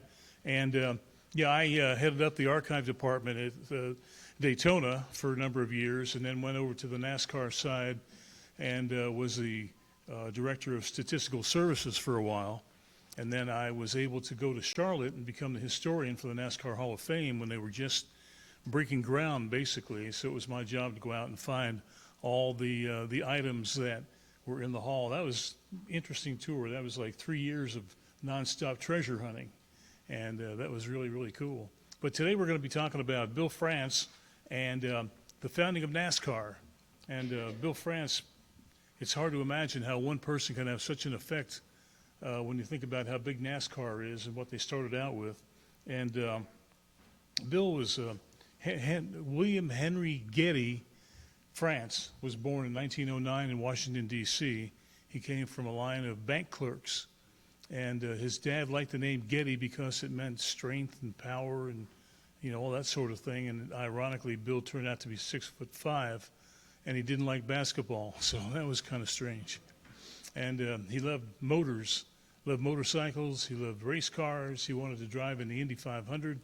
And he was kind of a black sheep of the family because of that. And he wasn't following the family line. So he decided he was going to do it his own way. And in his book, Herb Branham, H.A. Branham, in his book, Big Bill, The Life and Times of NASCAR founder Bill France Sr., wrote about some of the heritage of the France family. And it says here, Big Bill seemed appropriate indeed when viewed within the context of his ancestry on his mother's side. His 8th great-grandfather lived life large, to say the least. That was James Graham, the 5th Earl and 1st Marquis of Montrose, known in Scottish history as the Great Montrose. So Bill was directly related to the Great Montrose, so people were expecting great things out of him. Graham, in the 1600s, he was a Scottish nobleman and a soldier who fought for Charles I as the English Civil War developed from 1644 to 1646, and again in 1650. He was renowned for his spectacular victories, taking foes by surprise via superior battle tactics, and he was renowned.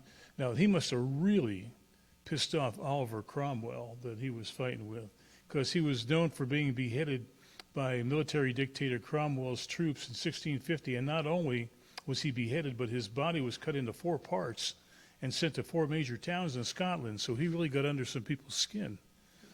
So 10 years later, when the monarchy was restored following Cromwell's death, King Charles II took the throne, and James Graham's body parts were actually collected and buried with great ceremony at St. Giles Cathedral in Edinburgh. That burial area is known as the Montrose Isle, where the Dukes of Montrose are interred. So that was part of Bill's family. And he, like I said, all he wanted to do was drive. He wanted to race. When he was 16, he took his father's car to the Laurel, Maryland racetrack. This was a 1.25 mile track. It was a board speedway, and it was made out of 2x6s laid up on edge. The board tracks were all the rage back in that part of the century, and the motorcycles and the Indy cars of the era raced on those boards. And they had 48-degree banks on that turn. Now, Daytona's only 31 degrees, but 48 degrees, and Bill got to know the people at the track, and they would let him take his dad's car around the track, and his dad got all PO'd and went over to the Ford dealer and wanted to know why his tires were wearing out so quick. And Bill never bothered to tell him. He was out there playing hot laps. So Bill drove in the Maryland area. He had a little sprint car that he raced. And then in 1934, he decided that if he was going to work on cars, he might as well do it where it was warm. So he decided to move to Daytona Beach. Now, the story goes that he was on his way to Miami and that the car broke down and that they stayed in Daytona. And Bill always said that that was a bunch of baloney because he was a mechanic, and he said, I could have fixed the car and we could have gone to Miami. But we came to Daytona because of the racing background, and they had family in the area. So they went ahead and they stayed in Daytona, and that's where he found his fortune. And he went to work for a Buick dealership as a front-end specialist, and then later got his own gas station. And this was during the Depression when things were really, really tight. And you talk to some of the old-timers in Daytona, and they'll tell you that when Bill had his station, if you wanted to get your car work done, you would have to front him the money for the parts and then pay him for the labor when the job was done, because Bill did not have the money to get the parts. And there was another time when there was a tire that was sitting on a display out on the island out in front of the gas station, and it was on consignment, and Bill had sold the tire. And one day the tire salesman rode by and saw the tire was missing. So Sammy Packard, who worked in the gas station at the time, told me the story. He said Bill went and hid in the ladies' room because he didn't have the money to pay for the tire. So the next day, the tire guy came by, and Bill had the money, and he went ahead and paid him. But, I mean, that's how tight things were. So in 1936, the city of Daytona put on its first stock car race. Up to that point, up to 1935, from 1903, they had the land speed record runs through the measured mile. And there was no stock car racing at all up until 36. So Malcolm Campbell was doing close to 300 miles an hour in people's backyards in 1935. And the city of Daytona decided that it was time that they had to find another place to play. So they went to Bonneville Salt Flats, and the rest is history there. But in 1936, a guy named Sig Hogdahl, who was a land speed record run guy, first guy to run 180 miles an hour, he went ahead and came up with an idea for a stock car track on the beach, using half the beach and half State Road A1A. So Bill went ahead and entered the race and came in fifth. But the city lost $22,000 on that race in the middle of the Depression, so they were immediately out of the stock car business. So for 1937, the local Elks Club put on the race, and they lost their butt. The winner made like $50. And so for 1938, they didn't have a promoter. And Bill France, being a race driver and coming in fifth in that first race, really got him fired up about racing on the beach. He said that he had an idea. There's a guy named Ralph Hankinson who was a promoter. He was the greatest promoter in the country, and he wintered in Orange City, which is about a half hour from Daytona. So Bill thought he'd go ahead and call collect. He did not have this quarter right here. Could have bought NASCAR in 1938. He didn't have the quarter to make the phone call, so he called collect. And Hankinson didn't know who this Bill France guy was, so he refused the phone call. So Bill was considering doing it himself, and he didn't have the money, and he was complaining to a guy he knew named Charlie Reese, who was kind of a gangster, really. He had a lot of money. But he talked to Charlie about the race, and what are we going to do? So Charlie Reese said, well, you know people, and you know the sport, and if you do the legwork, I'll put the money up. So they ended up putting on the 1938 race, and they split a $100 profit. And Bill thought, that's a pretty darn good deal. He charged 50 cents. So for the next year, they went ahead and they charged $1, and they split a $2,000 profit. And Bill said, this is getting a lot better. And Bill continued to race, and he became the 1940 unofficial unofficial stock car champion. There were no official champions back in those days because of the sport. It was just, scattered. There was no uniform rules. There was just no organization to it. There's no credibility to it. Bill raced one time in Maryland they had a big race advertising $500 to win. So Bill drove his heart out that day and finished third, and he got $10. So he asked the promoter, he said, well, what about this money? What about this $500? So the winner got $50. And the promoter said, oh, I just said $500 to make things interesting. So, yeah, there was no credibility. So that always stuck in his craw. And Bill was a very honest guy, and he didn't care for being screwed like that. So they went ahead, they ran the 38 race, then the 40 race, they moved it to a buck. And then during the war, he went to work at the local boatyard building sub chasers. He had a couple of little kids at home, so he got a job at the boatyard, didn't have to go out into the service. That worked out pretty good for him. And then in 1947, let me go back a little bit here. Bill went ahead and continued to race until 1946. Then he quit driving, and he went into promoting full time. And he got an idea for a race up in Lonsdale, Rhode Island in October of 1947. There was a guy named Bill Tuthill who was a great promoter in the Northeast. And they came up with an idea for kind of a North versus South. Tuthill's guys against Bill Francis' guys.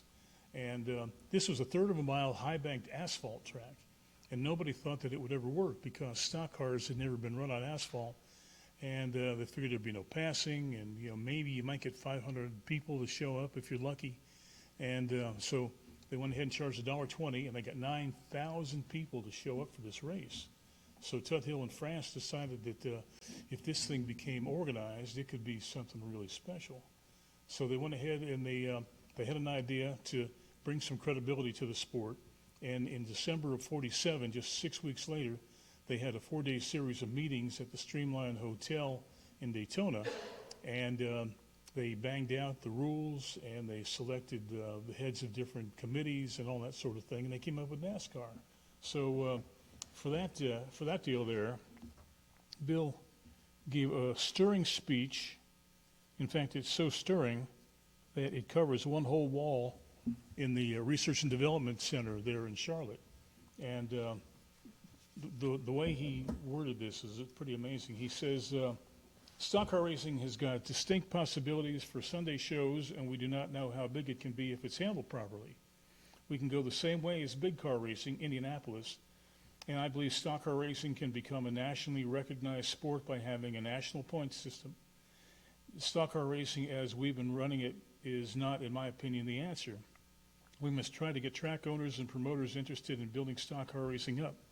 We're all interested in one thing, and that is improving the present conditions, and the answer lies in our group right here today to do it. So with that, he was awarded the position of president of NASCAR. Tuthill became the executive producer, the executive secretary. And so interesting that NASCAR was not the first name. There was an acronym that they wanted to call the organization. And then after the first vote, somebody realized that there was a group in Georgia that had the same name. So they had to go back and come up with a different name. So Red Vogt, who was the first superstar mechanic, he built all the moonshine cars and all that stuff. He came up with the name NASCAR, National Association for Stock Car Auto Racing. And a lot of people didn't like it because they said it sounded like NASCAR. And but then on the second reading, they went ahead and they adopted the name NASCAR. And that was in December of 47, and it was incorporated in February of 48. And right from the beginning, it was great. They came up with a uniform set of rules. They came up with a point fund. They came up with a national champion. I have an entry blank from High Point, North Carolina from 1941. And on one of the lines, it says, just call yourself whatever you want. We're just looking for good stories for the newspaper. So, you could say anything you wanted to back in those days. And it really didn't make any difference to anybody. So Bill went ahead and they did away with that sort of thing, and he brought credibility to the sport. And it's funny how he talked about Indianapolis and the big car racing. And so here are these guys, they're a bunch of hillbillies, a lot of them, and didn't have two nickels to rub together. And they're talking about being as successful as Indianapolis, and that's just about how it is now. In 1965, Bill said that NASCAR would be as big as the stick and ball sports by the turn of the 21st century, and he didn't miss it by much. And he was a visionary, very much a visionary, and pretty amazing guy. Very, well, like I say, he was 6'5", very booming voice. He knew who to schmooze and how to schmooze him. And he was the major guy in that regard. And he got an awful lot of friends that way. He was very honest. He was very charming, and he could talk you into anything. There's a lady that is working in the ticket office at Daytona Speedway, Lighton and Epton. She's 103 years old, and she still goes to work every day. And she's been working for NASCAR since the 1950s. And that's the kind of loyalty that Bill instilled in people. And it's pretty amazing to see how things grew up over the years and what NASCAR has become. And now they're even talking about the space deal, too. You know, they were talking about yesterday about Lidos. So there's no telling how far NASCAR is going to go. They had that car go to Le Mans this year. That was very interesting. And in fact, the guy who is in charge of all the parts for that car is going to be on our radio show this next Friday. And it's quite an operation there for sure. But let me tell you in closing what kind of guy Bill was. In 1972, they had the race at Talladega, the Talladega 500. And Bill talked to a fellow named Lynn Hendershot that worked for NASCAR. He gave Bill the entry blanks and said, divide the prize money up into 60 spots. And Lynn said, why 60? He said, we're going to run 60 races or cars at Daytona or at Talladega this year. And he said, well, I think you're making a big mistake. And Bill got PO'd. He didn't like being told he was wrong. And he said, Lynn said, we've had a lot of problems with Talladega with only 50 cars. And I think you're making a big mistake here. So he said, well, if you don't like my opinion, you can just hit the trail. So Lynn went ahead and divided it up into 60 spots. And during the race, they had a huge pileup on the backstretch. And it destroyed about half the field. And Bill needed those cars to make his next race. And everybody was racing on a shoestring back in the 70s. There was only a couple of cars that really had a big budget and big sponsors and that sort of thing. So everybody was running, kind of foot to mouth. And so Lynn said, I'm sitting up in the press box, and all of a sudden I get a tap on the shoulder, and it's the tall man. That's what they called Bill around the track, the tall man. And he said, the tall man said, we need to go for a ride. So they got down to Bill's station wagon, and they went down into the pits, and Bill went ahead and wrote a check for every one of those wrecked race cars because he knew it was his fault that those guys got tied up, that got all tore up. So it cost him, but he did the right thing, and he had a full field for the next race. But he told Lynn, he says, do me a favor, don't ever tell me I told you so. But that's the kind of guy he was. He was extremely benevolent, and very much a civic-minded guy, and he certainly has made things interesting. He's made my life interesting, that's for sure. And 6'5", he was a pretty imposing figure for sure. And does anybody have any questions? Yes, ma'am.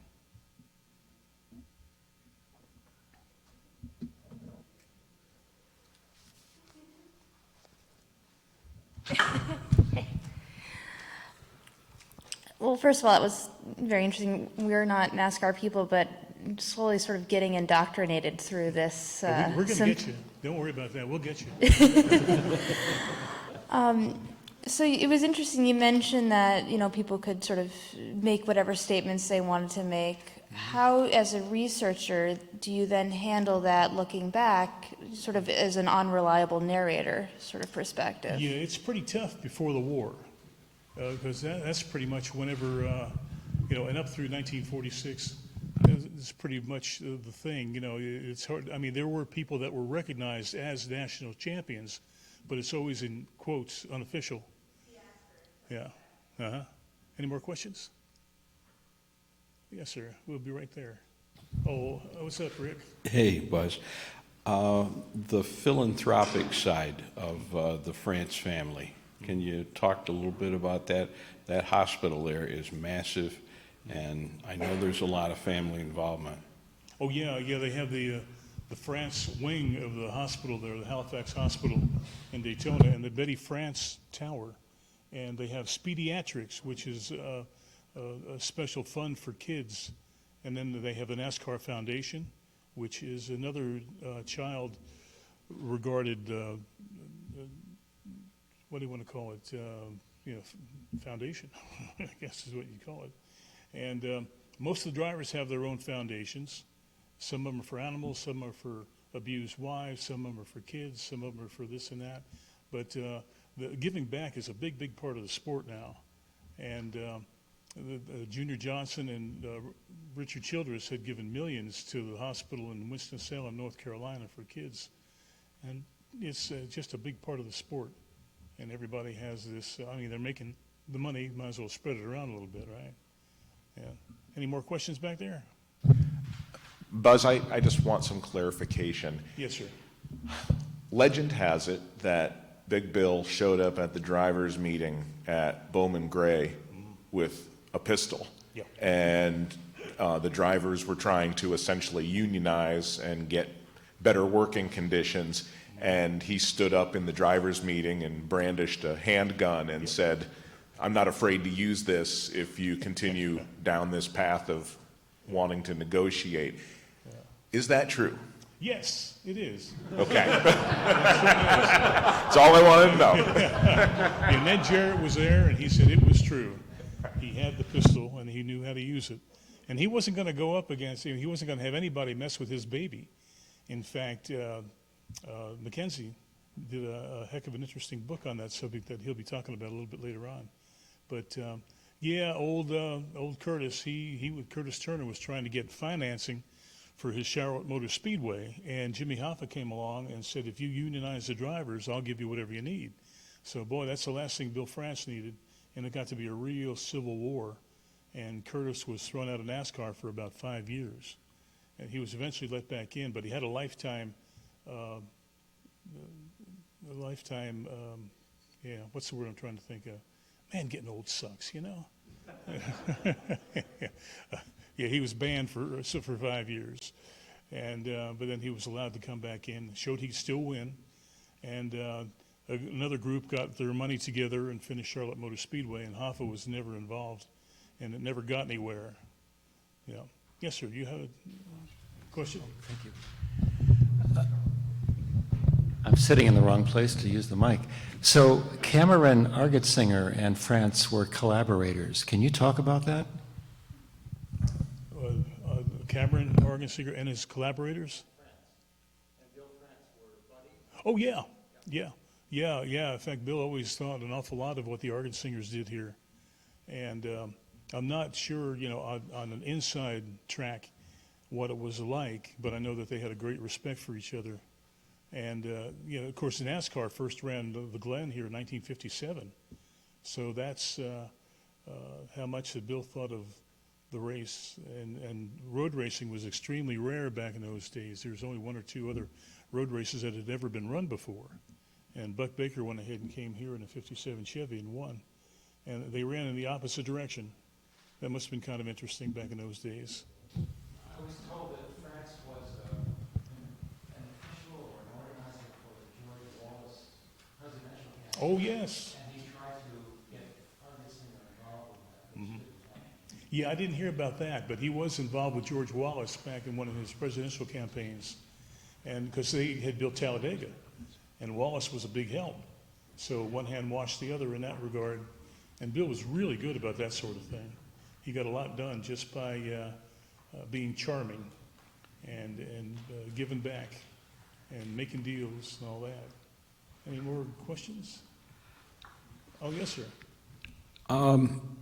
Bill Rexford was the second NASCAR champion, and he was a northerner, and somehow he gets lost in the shuffle, I think.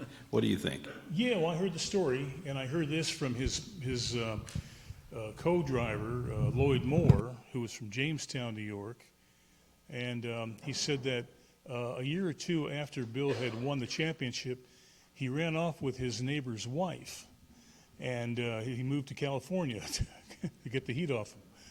So that was where that happened. But yeah, Rexford still is the youngest NASCAR champion. And Lee Petty, if he had to run one more race, he would have been the champion. But I think Petty had some points taken away too during the year. But Rexford turned out to be the champion, and that's pretty good. Supposedly a Southern sport, and then here's a Yankee winning the championship only 1 year in. Yeah. Anything else? No. If I don't know, I'll make it up, you know? Thank you, Buzz, always. We appreciate that. I wore my lucky underwear today. Thank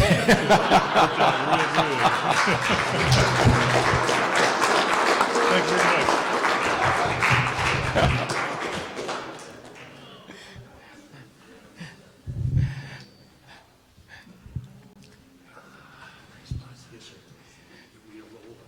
Our next presentation is a really interesting one, something that if we try to do something different, I think that Mr. Walker has found something really out of the mainstream for us to hear about. This one caught my attention when it was first proposed. It's Mr. Walker is going to talk to us about Suicide on the Track, the case of Peter Kreis. And I think that he also has a book that has come out, The Last Lap, The Mysterious Demise of Peter Kreis and the Indianapolis 500. It's just been published this year. So as soon as we get up and going here. Okay.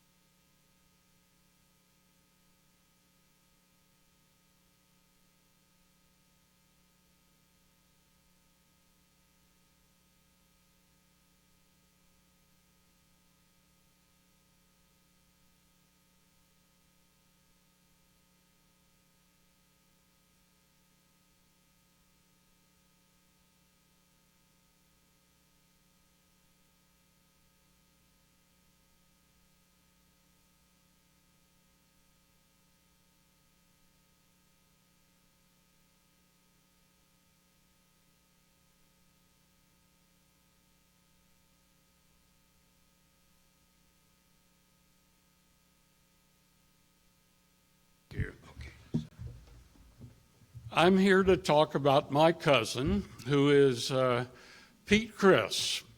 Pete raced from 1925 at Indy to 1934, 9 years. And his career ended with the wreck that you see on the right. He was killed in practice in 1934. In doing this, I became attracted to this story when I was a little kid. This, you'll see in a minute, his tombstone is in my family cemetery in Knoxville, Tennessee. And I used to go to that cemetery, and it, frankly, it blew my socks off. You will see why in just a second. But Pete was the son of a wealthy man, John Kreis, seated here, who was a multimillionaire. He built railroads, and he had marble quarries on his land, and many stones from that marble quarry were used to build the buildings on the National Mall in Washington, D.C. Like a lot of fathers, and especially like, if you know Joseph Kennedy, who fathered John and Robert and Teddy, he wanted to build a dynasty. And he pushed his three sons, and the three sons from left to right are John Jr., Pete, who is the race driver, and Harmon. And he pushed these kids very hard. He wanted them to be risk takers. He wanted them to be daring. Pete began driving on the back roads of Knoxville. So he would have loved this road course. He would have loved the first road course here at Watkins Glen. He drove on roads like that. And he learned how to drive using his father's 1920 Marmon, which was, he souped up and drove around the back roads. There was one race course in Knoxville, and he drove on it. One day, however, as he was just approaching his, he was 24, a friend asked to be driven to Knoxville from this rural area where they lived, and Pete looked at him and joked. Pete was a very gregarious kind of person and great fun. And he said to this kid, "I'll have you in Knoxville or in hell in 10 minutes. It was a very cold night. They hit some black ice. The Marmon flipped over. The boy was killed, and Pete was knocked unconscious. He apparently had a traumatic brain injury. He began suffering from flashbacks and things of that sort, but he kept driving.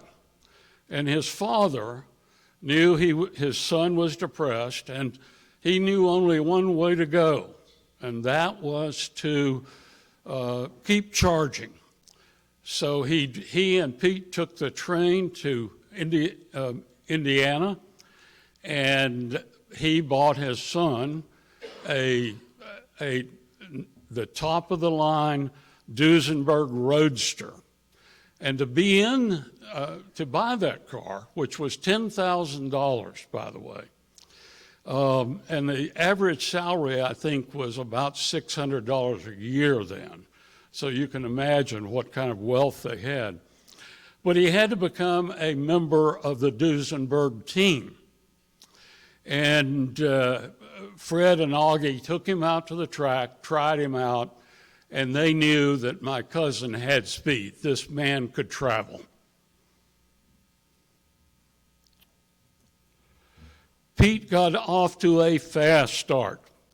In his first race, which was at one of the board tracks in Culver City, California, he couldn't get the car started when the flag dropped.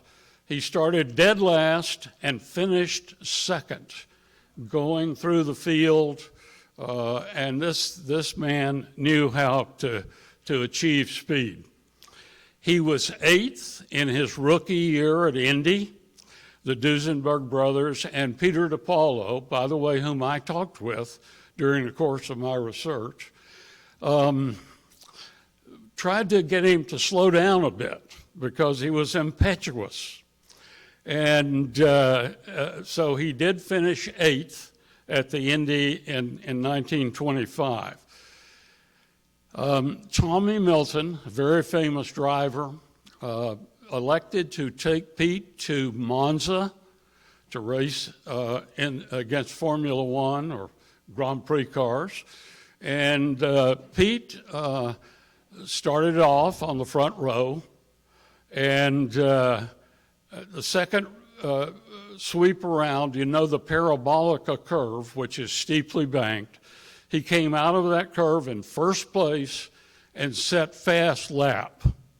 Now, he thought, because of the difference in language, he thought he had set a track record, and that'll come into play in a while, but he had the fast lap.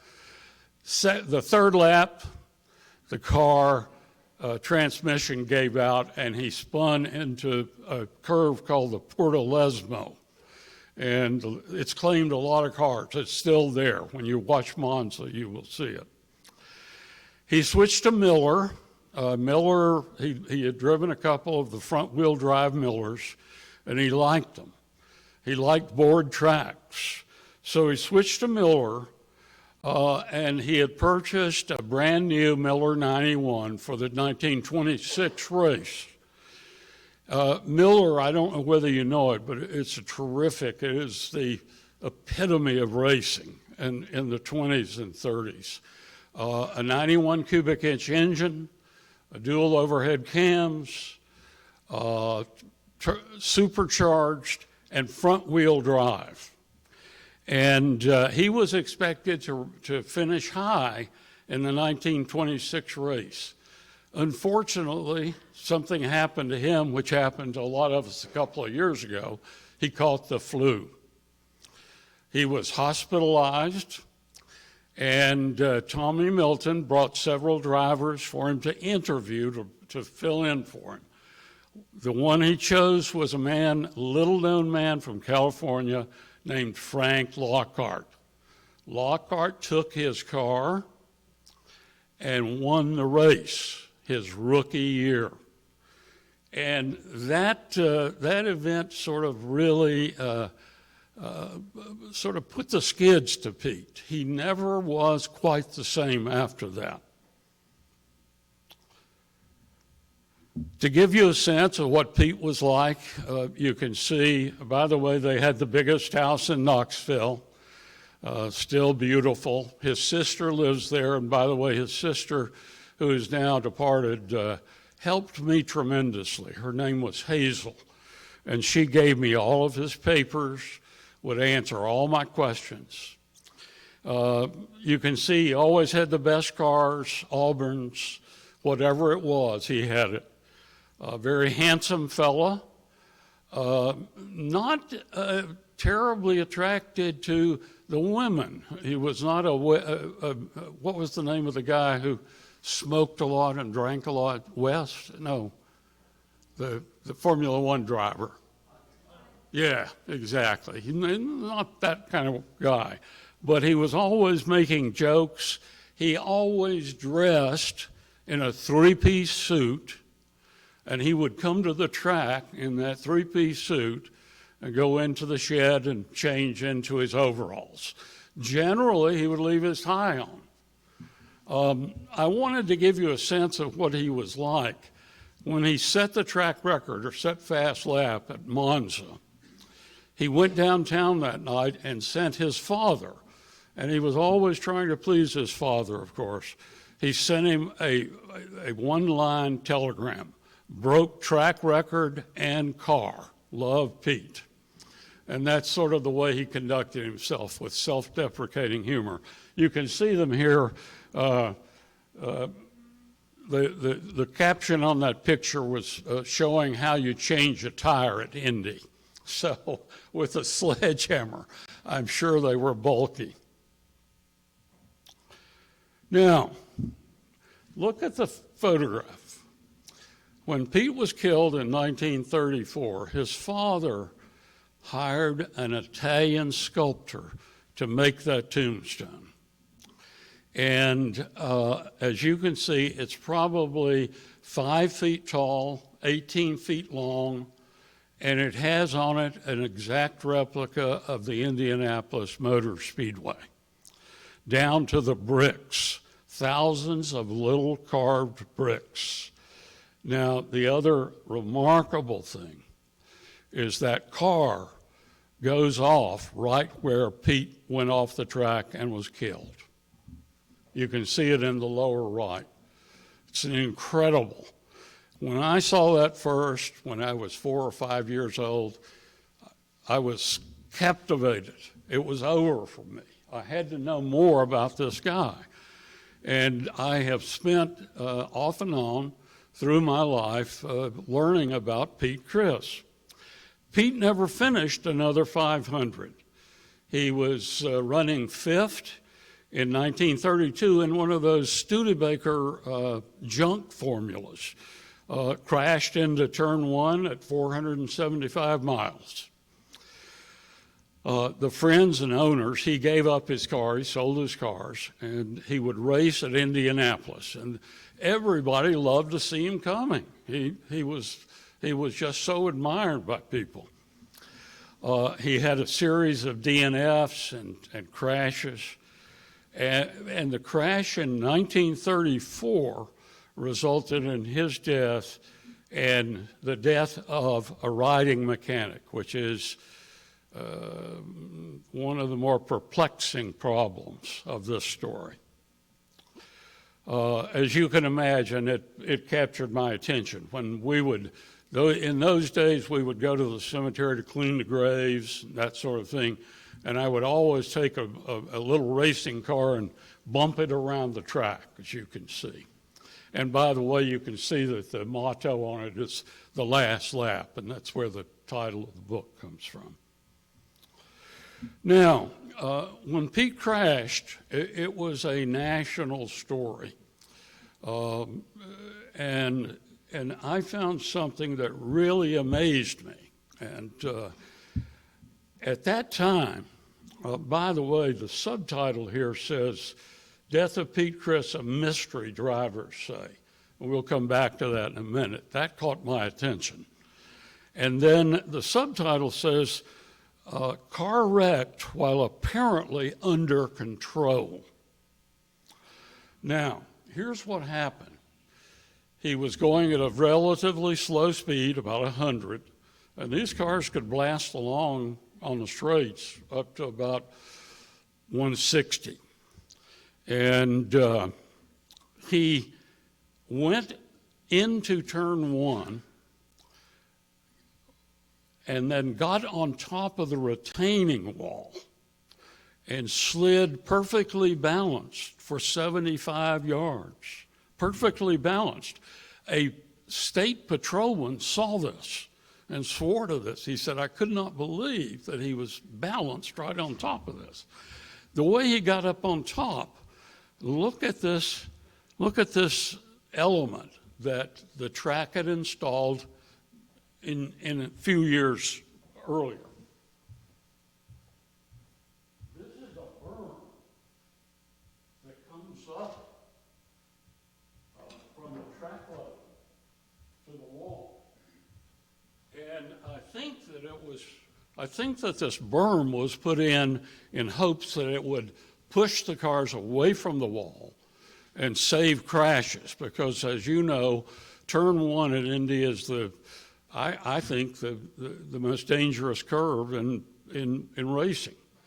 At any rate, he rode up that berm, got on top of the retaining wall, and sat there for that 75 yards. It was a spectacular crash. They spun off after about 75 yards and hit a tree that was in the backyard of one of those houses on the south end of the track. And they hit, unfortunately, right at the cockpit. It killed both Pete and the riding mechanic. It nearly severed Pete's legs from his body. So the mechanic lived very briefly. Pete was killed instantly. So I wanted to solve the mystery. A bunch of drivers and officials, winner of the Indy 500, concluded in one of the print stories, they said, "This is the strangest death in all racing history." And I was determined to solve that mystery. By the way, I might tell you just a little sideline.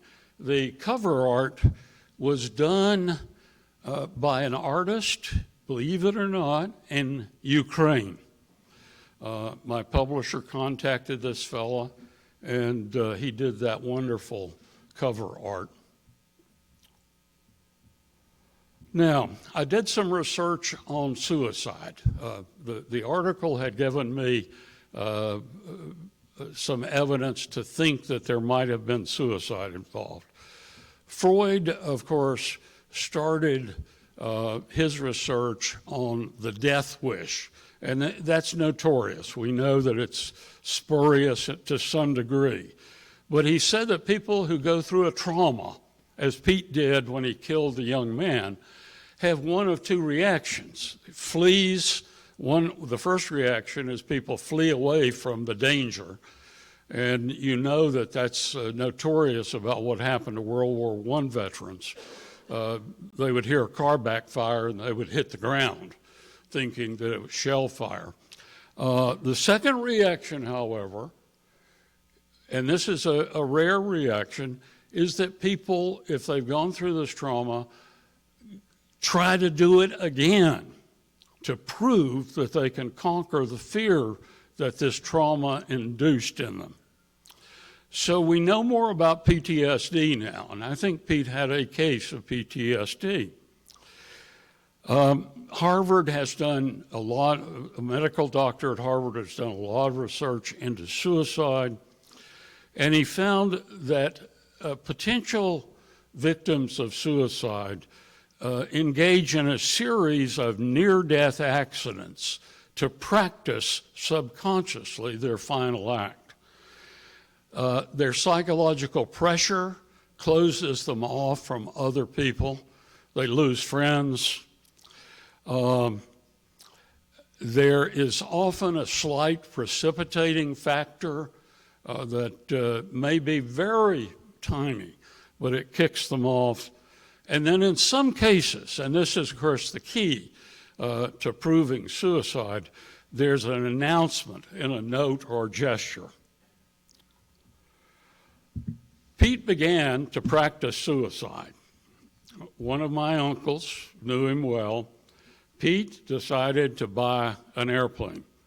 Eddie Rickenbacker had talked him into it. Peter DiPaolo told him it was a great idea. And Pete bought a Waco biplane. And one day he was taking off from an airport in Knoxville, and the engine cut out. They couldn't turn around. It flopped into the Tennessee River upside down. Pete got out very quickly. His co-pilot was trapped, but Pete went back down into the water and freed this guy from the seatbelt. Lost part of a finger, had bones, as you can see, damaged his eye. And as we go through this, you're going to see that more and more Pete began to have what we would call accidents, but they're not really accidents. Now, there was no doubt about the kind of professional driver Pete was. You see a picture here of Pete shaking hands with Henry Ford. This was taken in 1932. Ford was standing in turn one in the infield. Pete came down and did a 360, a Danny Sullivan move. And Ford said, "That guy can really drive. I want to meet him." And they ushered Pete up and he met Henry Ford. So Henry Ford, who was a pretty good driver himself in the old days, Barney Oldfield days, realized that Pete could handle cars. And he was well known for being extremely good at recovering from spins. He had a series of accidents, 3 personal wrecks in 1932. He saw 5 deaths at Indy in 1933. Plane crash was 32. Then I found this interesting item. Dave Lewis, a driver who had been in Indy and raced several years, had retired and moved to California. Dave one day shot himself. And I found an article in the Indianapolis newspaper that said there was a lot of talk about suicide at the track the other day. It said many people don't believe that Dave Lewis committed suicide. And then a driver is quoted as saying, "Dave would not have done it with a pistol. if he had wanted to kill himself, he would have just lifted his hands when he was going into one of the turns at Indy and crashed through the wall. So as much as we would like to believe that suicide is not something that's considered in racing circles, this proves that it was a pretty hot topic from time to time. Another uncle of mine, and by the way, I should say we were the poor side of the family. These people are extremely wealthy. They're still extremely wealthy. And my side of the family did not inherit any of that wealth, so unfortunately. But my uncle, who's now deceased, people would ask Pete. He was very famous in Knoxville, and people would say, "Pete, are you going to win it this year? Is this going to be the year?" And in 1934, Pete said to him, "I'm either going to win it or I'm coming home in a pine box." And my uncle swore that he was not kidding. When he got to Indy, his old friends, very famous drivers, Fred Frame, people like that who were car owners, wouldn't give him a car. They had heard about all of these accidents. And he was very disgusted, and this was part of the movement toward, I think, toward suicide. Fred Frame finally assigned a car to him with only 2 days left to qualify. And Pete qualified the car. It was a good car. It was a Miller 91, and he loved it. The day of Pete's death, he saw an accident on the way to practice in which 2 people were killed. He stopped the taxi that he was taking to the track, tried to save the lives of these people, and unfortunately they both died. I think this is the precipitating factor. I told you it could be slight. That's perhaps not very slight. I want to show you these 2 slides. This is the same man in 9 years, over 9 years. Look at the change from this optimistic young man in 1925 to this old man in 1934. That's hard to account for. 9 years. He looks like he's aged 30 years. And I think this gives us a clue. In 1935, at Daytona Beach, Malcolm Campbell was trying out the Bluebird, and an AP reporter, the AP reporter for racing, got together a group of Indianapolis experts. Pop Myers was there, if you know him, he was vice president. Eddie Rickenbacker's brother was there. Bill Cummings, who had won the 1934 race, was there. And they had drinks in a bar at the Clarendon Hotel right on the beach.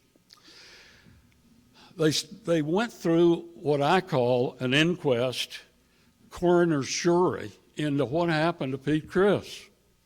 And they noted these things, that it was practice, there were no other cars on the track, he was driving at a relatively slow speed, they had examined the car, there were no mechanical defects, there were no impediments on the track, no skid marks. He hadn't tried to brake, he hadn't tried to steer out of the thing.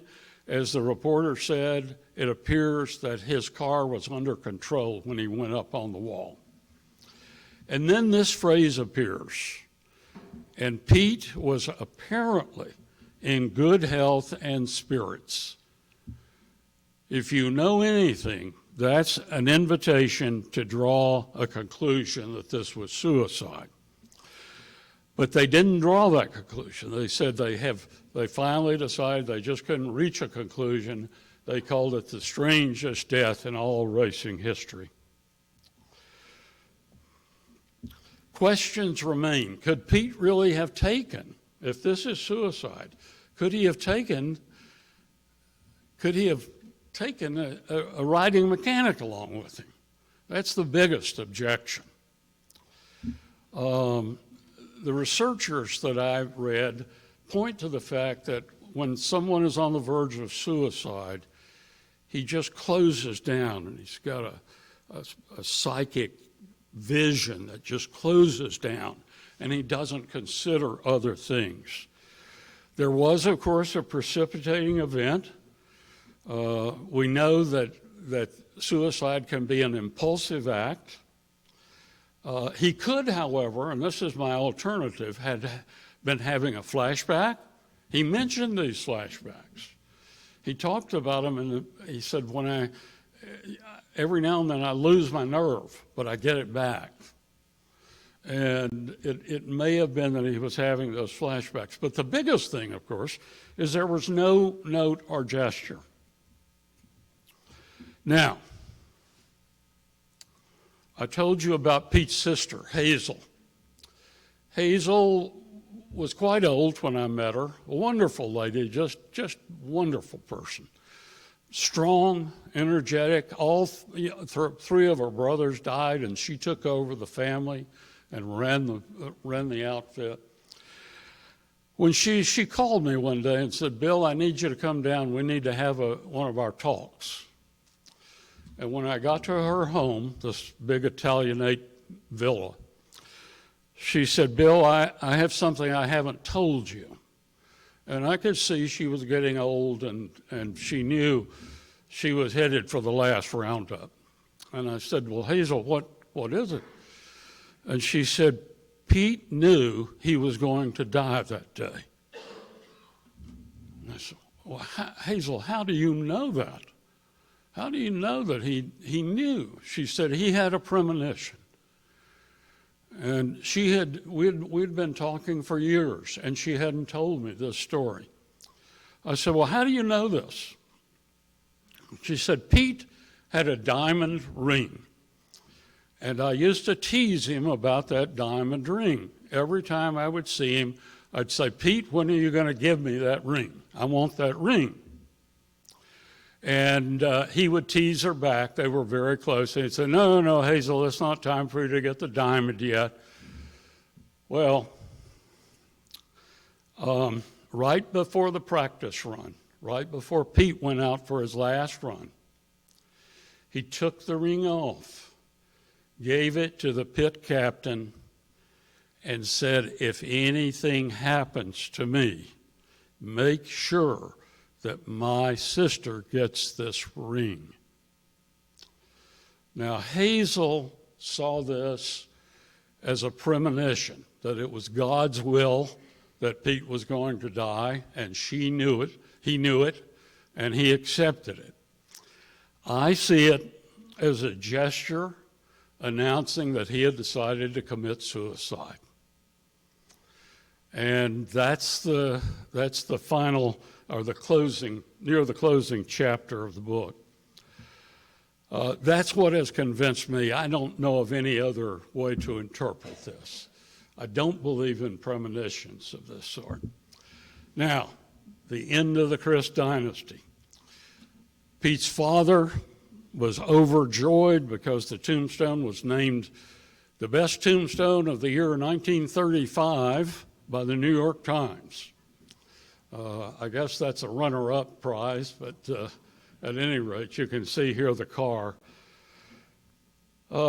Pete's brother, John, died in a car crash that he caused. He was encouraging a man to go faster. They had one of the old throttles on the steering wheel. He jammed the throttle forward, crashed into an abutment, and it killed him. His brother Harmon had been gassed in World War I, and he died of alcoholism a year later. They all died within 3 years. 3 self-destructive deaths. None of the boys reached 40. It's just like the Kennedy story. 3 sons dying of violence. His wife, John's wife, died of heart attack. And then if you're writing a novel, you could put this in. The state condemned their beautiful farm and converted it to an insane asylum. And I have said that that makes an ironic statement about the family, what kind of family it was. I believe that the father was one of these hard-driving patriarchs who drove his sons to death. And then John, shortly after World War II, died in a fall from the barn. The Kreis line ended, no male heirs, and the dynasty dissolved into thin air. There are no Kreises left of that line. And the family continues to have some unbelievably either bad luck or self-destructive tendencies. This is all that's left. There's the tombstone. My wife, who's seated over here, would come up to about right here on this. It's huge. They had to put a concrete foundation 6 feet deep underneath it to keep it level. That is the story of Pete Kreis. And let me thank you for your attention, but let me also say I am particularly eager for you to ask me any question that might offer another alternative to the story of Pete's demise. I had to reach the conclusion I reached, and it's not a happy conclusion. But if you have other ideas, you won't offend me. I've been questioned by CNN, New York Times, and you won't offend me by any questions you may have. So thank you very much. Well, thank you.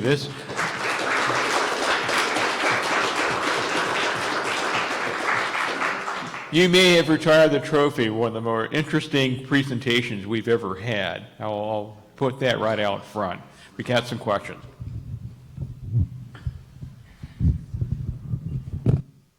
By the way, I'm suffering a malady today. I should tell you, I have some difficulty in hearing, and wouldn't you know that my hearing aids died last night? We'll have a burial here. So I may struggle to understand you, but please go ahead. Can you please read the line on the tombstone on the bottom, the very bottom? Yeah. The tombstone is very interesting. And in the book, I sort of analyzed the last lap. It reflects more the father, John Kreis, than it does Pete Kreis. This guy is waving a checkered flag. And it says the last lap. And by the way, the other line is Indianapolis Speedway. This is a portrait of Pete. But I talk about the way that I think John really inflated his son's reputation. The last lap suggests, I think, that there was a victory involved. The black and white checkered flag suggests that. And these are somewhat misleading, and some of the people in Knoxville remarked on that when it came up. Did Pete's brothers have any children? There were no children. I'll tell you this story.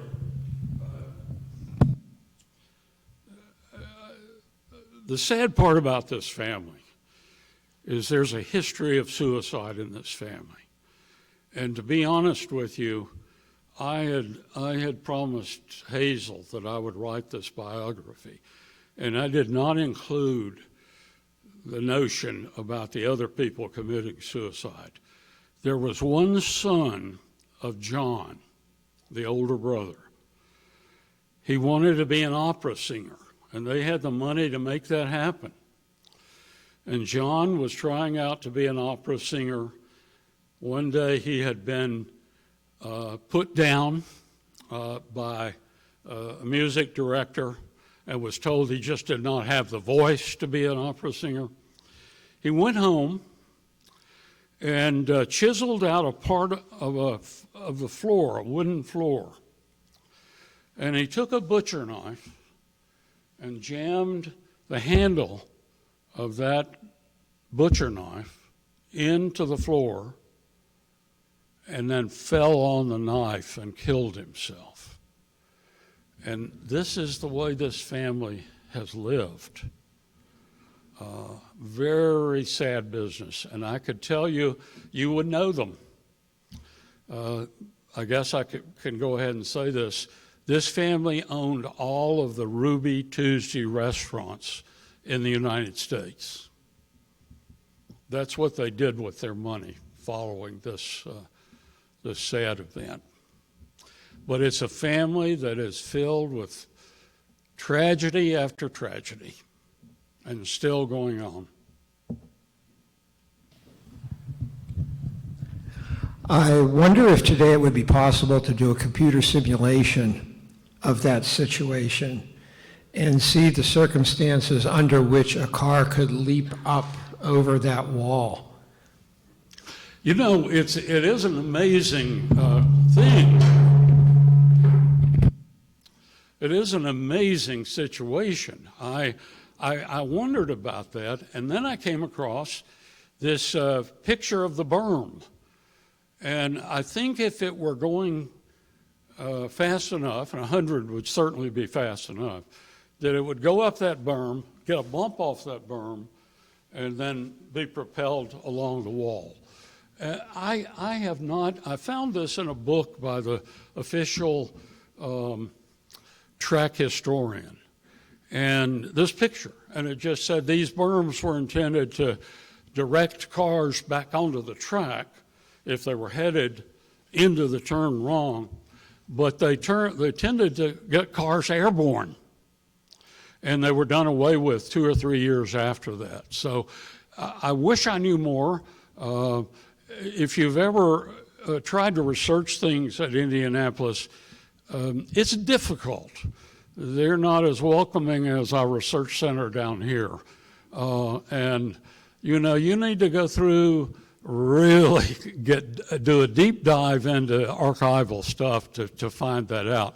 But I think it was that berm, and there were berms at each of the corners. So. Yeah, I was going to ask, what was his relationship with these riding mechanic? Because he was killed, right, in the wreck. I mean, it seems like he tried to save people. He would do that and take the life of somebody and stuff. Or? Well, that's the one, to me, that's the one flaw in my argument. Yeah. Could he really have decided to do himself in at a time that he had another person in the car? Yeah.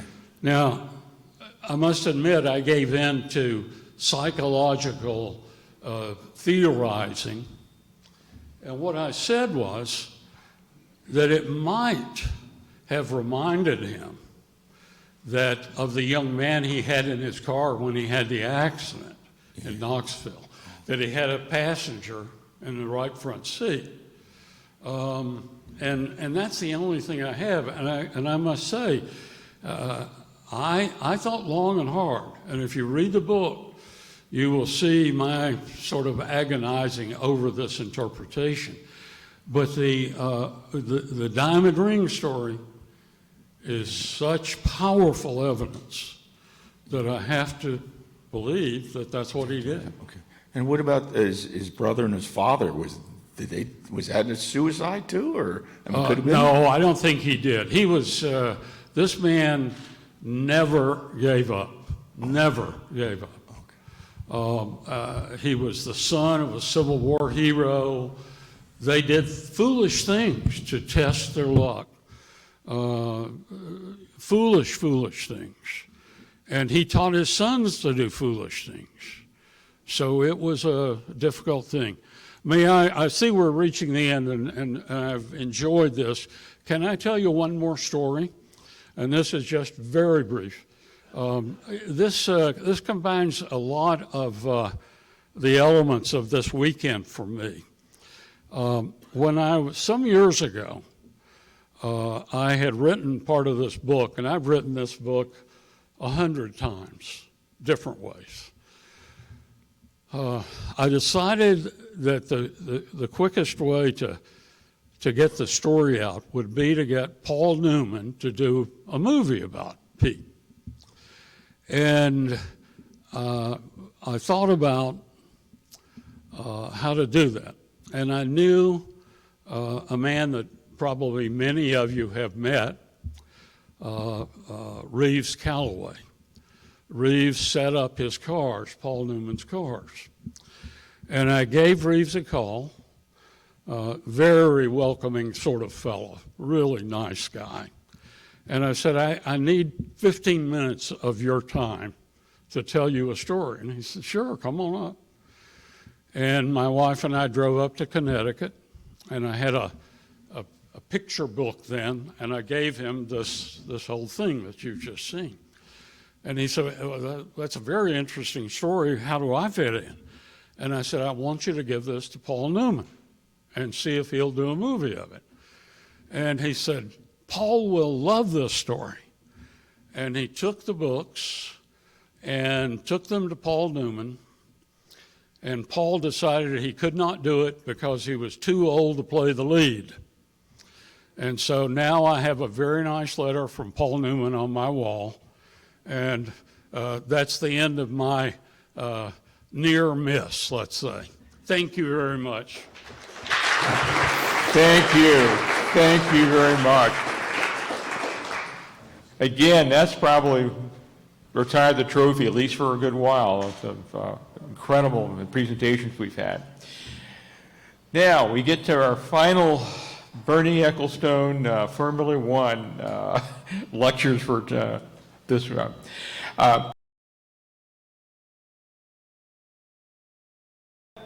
To the slipstream, transformations and media relations in Formula One. So, Professor, take it away.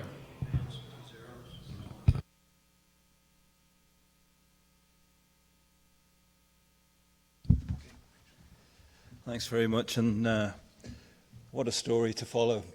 That was brilliant by Bill. I really enjoyed just the, I don't know, the mystique, I guess, of a story like that's quite fascinating. And one of the things motorsport delivers in spades, I think, are these kind of stories about sort of heroic figures and what it tells us about life in general, I think. So thanks for that, Bill. So my talk is based on a book which I've just written with my colleague Raymond Boyle, whose name's up on the slide there. Raymond can't be here. He's in Prague talking about Formula One to a completely different audience. I was a bit worried when I heard Alan's talk this morning about superstition, because I'm wearing green, well, I call them trousers, you call them pants over here. You know, but I haven't shaved, so that was one back. I'm also I counted, I'm the 14th speaker, so that's hopefully okay too. No, so it's about, well, Bill, I think you overcame the 13th speaker well. I thought that was brilliant. Also, before I start, I wanted to, one of the reasons I'm here in the States is I'm talking at a conference down in Florida next week. And I was able to hop on a detour here to Watkins Glen for this conference, because I thought I really wanted to be here. But in the other project that I'm involved in, I look at sport reminiscence, which is a kind of therapy that a lot of organisations in Scotland, museums and community groups use. And one of those is from a motor museum for Jim Clark. And Jim raced here in 1965, as then he'd already become the world champion. And he also won the Indy 500 in the same year. And I think Jim was the first person ever to do that. And I mentioned that because the curator at the Jim Clark Museum, when I told him I was coming here, said, you need to tell and remind people that this Scottish farmer was the first to achieve those two great things. So I've done that on his behalf. And if you ever get the chance to go, I don't know if you've been to Scotland, if you get a chance to go to Scotland, I can't recommend the Jim Clark Museum highly enough. It's a fantastic museum. It's quite a small museum, but it has a Jaguar D-type, one of his green Lotuses that he raced in the 60s, and he remains obviously a motorsport legend to this day. Okay, as I mentioned, the talk is really about the changing relationships between journalists and Formula One. That's the focus of our book.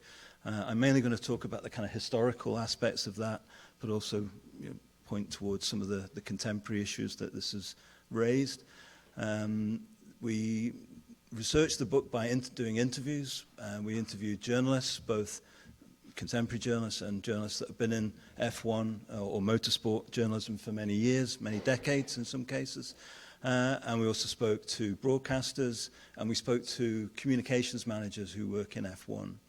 And one of the reasons we wanted to do this was because I think neither Raymond or I would say we're experts in motorsport by any means, but we're both kind of your average fan, I guess, of F1 for many years.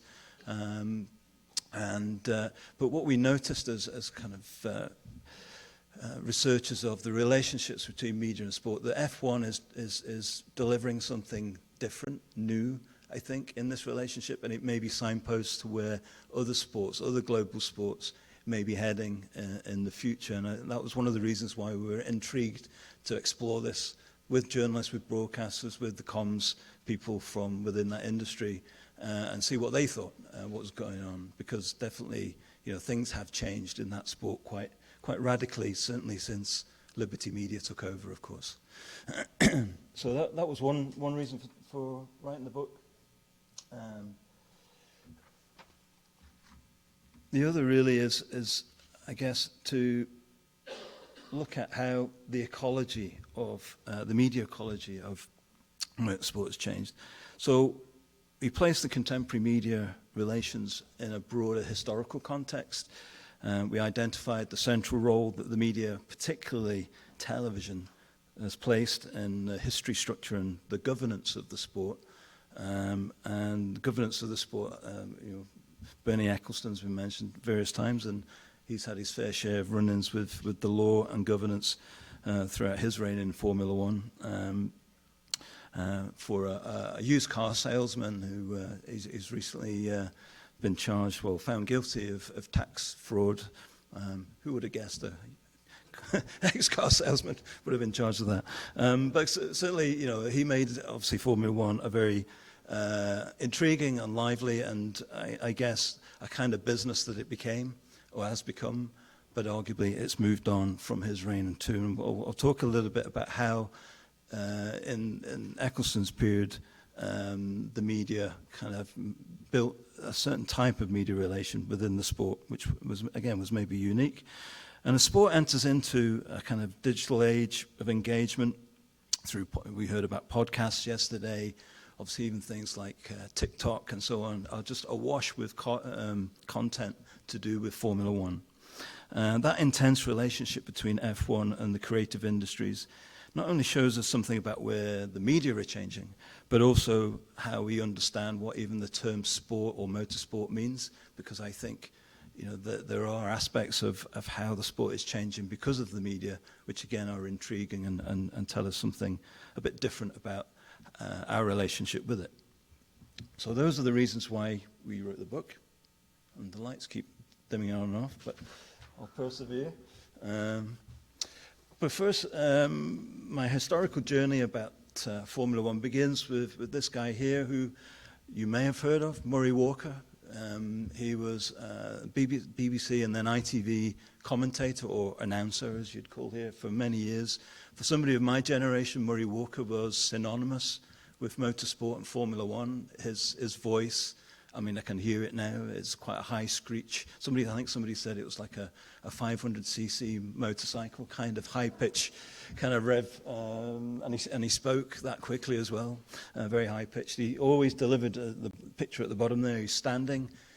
All of his commentaries were, he was stood up because his adrenaline and his excitement at motorsport just came through the microphone. But he's now no longer with us. He died in 2021. But when I was researching another book on the history of BBC Sport over a decade ago now, in 2008, had the pleasure of interviewing Murray, which again was a kind of interesting experience. Murray's professional career was not in broadcasting at all. It was in advertising. And he came out of he was involved in the Second World War. He drove tanks. He was in the tank regiment. And then as he left, he joined the advertising industry. And again, I don't know if obviously you would have heard of Mars Chocolate, and he ran the account for the ad campaign, which went, a Mars a day helps you work, rest and play, and he was in charge of that. I don't know if that means anything whatsoever over in the US, but that's a very famous slogan from advertising from the 1970s, and Murray was involved in that. But he did commentary part-time, and when I interviewed him, he said, well, if you ask me how did I get into broadcasting, he said it was nepotism. My dad, and his dad Graham, was a radio commentator in the 1930s for the BBC and also raced motorbikes, and it was that passion for motorbikes that mainly led Murray to get into broadcasting, and so he did it part-time. But one of the most interesting things he said to me, to quote him there, another quote on the slide, he said, I believe motorsport needs explaining more than other sports, partly because most people haven't done it. Whereas with other sports, most other sports, they have done it, whether it's, and he said cricket, football, soccer, whatever, tennis. Most people at a participatory level have played these sports, but motorsport is different. Most people haven't done it. And partly because also the equipment itself, the technical aspects of the cars or the motorcycles. So it's an interesting quote because I think that still resonates today, doesn't it? That most people have never raced cars, and certainly most people have never sat in an F1 car. So the job of the broadcaster to explain what's going on is quite a difficult one, in a sense, for us, the audience, to pick up on that. And that plays through into some important aspects of how television in particular works in its coverage of motorsport and F1 in particular, and why in the 1970s, that again we've heard the name James Hunt mentioned, and Murray Walker's commentated with James Hunt. He very quickly became a kind of the analyst for the BBC coverage of Formula One in the 1970s, and also people like Jackie Stewart as well.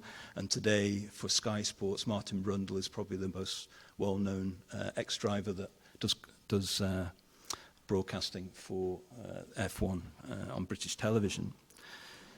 But for all the journalists, broadcasters and communication professionals we interviewed, the route to becoming an F1 journalist involved elements of luck and happenstance.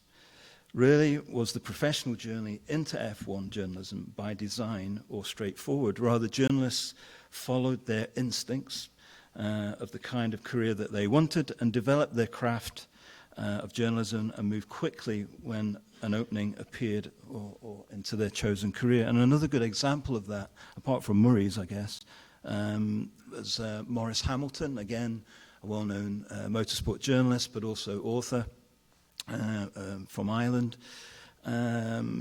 And he explained that as a young man in Ireland, he was very passionate about motorsport and just wanted to get some association with it, to be on the track, at the side of the track, to see his heroes. And so he wrote just randomly as a young man to a guy called Ian Young, who was a columnist for Autocar, but also a friend of Bruce McLaren, and had strong associations with the McLaren team. And for whatever reason, Ian Young said, well, come over to Britain, and he took him under his wing. He basically, Hamilton was kind of held onto his coattails. He was kind of sideman of doing kind of coverage and interviews around motorsport and F1 again in particular, and introduced Hamilton to the kind of top tier, to the team managers, to drivers, sponsors and so on, at a very early age. And he said he was incredibly lucky. He just happened to be at the right time, the right place. Probably his face just fitted for whatever reason. From that very early experience in his early 20s and having that network very early in his career, was able then to become The Guardian's motorsport correspondent in the 1970s, and then has gone on, still is, reporting on motorsport decades later. One of the interesting things about motorsport, when generally you look at it in terms of its relationship with the media, is the longevity of some of the publications within it. And some of the journalists that have had really long careers in association with Formula One. Now, so again, some years ago, I was asked to do an Oxford Dictionary and National Biography entry for a guy called Bill Boddy, who's the image on there. And Bill Boddy was the editor of Motorsport from 1936 to 1991, and he continued to write for the magazine until his death in 2011.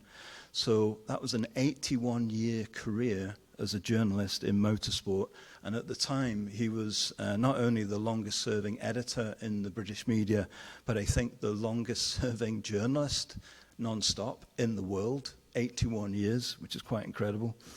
So Boddy was by far and away one of the more fascinating characters that I've come across from the world of motorsport journalism. His career began when he visited Brooklands as a young man or a young boy in 1926, and he published his first article on the history of the Brooklands motor track in 1930. Boddy developed a career as a freelance motor journalist, and after a brief spell in working in a motorcycle shop, his first editorial role came in 1933 as the editor of Brooklands Track and Air, for which he also road tested new cars as a passenger because he hadn't passed his driving test. The image of Grand Prix racing has also been key to our popular imagination of the sport. The brand of Ferrari, for example, is heavily linked to the rise of sport photojournalism in the 1960s. Italian photojournalist Franco Lini was one of the first journalists to travel to all Grand Prix races around the world, reporting for the journal Auto Italiana. Enzo Ferrari was so impressed with Lini's knowledge, his contacts, his multilingual capabilities, that he offered him the job of team manager in 1966 and helped in the changing of again, we heard about the image of motorsport and the image of the Scuderia from that period. So again, the brand and the imagery that goes with Ferrari really all links back to the work of Franco Lini and a lot of his photographs from the 50s and 60s. We interviewed a number of former editors and photographers of motorsport magazines who had followed in the footsteps of Boddy and Lini. This included people like Matt Bishop, who latterly was the comms manager for Aston Martin F1 team, but previously had spent nearly 30 years as a journalist and editor of F1 Racing, which then became GP Racing, now part of the Motorsport Network. And he remarked about the importance as a young boy. He was as a young boy very passionate about soccer, and he had a subscription to a soccer magazine as a young boy. But going in to collect it one day, he saw a copy of Autosport on the shelves and was just intrigued. Again, I think it was an amazing image of an F1 car on the front, probably a bit like the one there. And his fascination got the better of him, and he changed his subscription from a soccer magazine to a motorsport magazine, and the rest is history. From that point on, all he wanted to do again was get close to the drivers, get close to the cars, and develop a career in the business. I suppose one of the things to say finally about the longevity of some of these titles is that obviously they've had to change as the media ecology has changed. So Motorsport is not only a magazine in print, it's a website, it works across different platforms, it does video, it does podcasts, it does lots of social media as well. So again, how the longevity of motorsport magazines has changed over time has had to change with the technology that delivers them and how people want to read them. The history of broadcasting in F1, and again, forgive me, the focus here really is on the UK. Different nations have different kind of broadcasting histories around sport, not least in the United States. And Britain has a quite distinct, I would say, history of broadcasting sport, and particularly motorsport. And that's mainly because the BBC itself and continues to be publicly funded through a license fee and doesn't take advertising. So there's still, although I know if you watch BBC America here, you'll see lots of advertising, but in the UK, still there's no spot advertising between programs on the BBC, even though, you know, it arguably works more and more as a commercial type broadcaster in many ways. The first notable radio broadcast on the BBC on the subject of Grand Prix racing was in August 1926 in a 30-minute talk entitled The Brooklands Grand Prix by the engineer and journalist and motoring enthusiast Mervyn O'Gorman. And the talk was broadcast on the eve of Britain's first Grand Prix on the 7th of August 1926 at Brooklands Racetrack. On the 1st of October 1927, the BBC carried its second eyewitness report of the second British Grand Prix, also from Brooklands. And on this occasion, the BBC turned to a racing driver called Sammy Davis to provide the account of the race. Davis had not long returned from winning the 1927 Le Mans 24-hour race, but was also the sports editor of the magazine Autocar, and was therefore viewed as someone with both a sporting and journalistic credibility. And I think one of the interesting things about broadcasting in particular, and the challenge that sport broadcasters have had ever since, you know, the medium was invented, was announcers have to have that skill of being a broadcaster, of kind of being mellifluous, of being able to speak to an audience and explain what's going on, but and balance that out with being an expert in the sport. And quite often, or increasingly, I would argue that those two roles are kind of split now. Obviously, we have an announcer that does the play-by-play kind of commentary of explaining what's going on, sat next to or alongside an expert, a former player or former motor racing driver in the case of F1. But that's the challenge of broadcasting commentary and announcing, is that balance between expertise in the sport and being an expert broadcaster. So we see early examples of the BBC trying to do that, I guess, with Sammy Davis, you know, being a driver, but has also just happened to be a journalist as well. It was not until 1950 that the BBC found its main voice of motorsport with a guy called Raymond Baxter, again a long-standing broadcaster in the UK, who followed, and he's in the image at the top there, talking to Graham Hill in the middle of that top image. Baxter, again, what's quite interesting about this period, all these guys were involved in the war in some shape or form. Baxter was a fighter pilot in the Second World War, but also spent some time working for British Forces Network Radio in Hamburg during his time in the forces. And he entered the BBC as their first motoring correspondent in 1946. And now, he worked across radio and television, and was not only active as a broadcaster, but also as a motor racer himself. He competed in 12 Monte Carlo rallies, and quite often did radio reporting as he was doing the racing. One of the interesting asides about the BBC and the Monte Carlo rally is in, I think, I might say 1958, they entered a London taxi, into the Monte Carlo rally from Glasgow to Monte Carlo. And one of the doors fell off as they got on the ramp to go on the ferry across to France. So they did most of the race without one door. And then they also went missing. So the BBC had put journalists all around the course, along the course of, or the route. And the driver, a guy called Tony Brooke of the car, decided, well, there's no way I'm getting a London taxi, around the central massif of the mountainous area of central France. So I'm going to go round, the flatter course. But the BBC had posted one of its journalists at the top of the mountains, and they were waiting and waiting and waiting for this car to never arrived.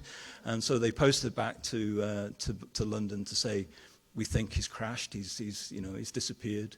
And it wasn't until he turned up in Monte Carlo that they actually realized that he was still alive, and he got a rollicking, by all accounts, by the producer for changing his route. But there were headlines in, the London Times had headlines of BBC taxi goes, disappears in the mountains of France.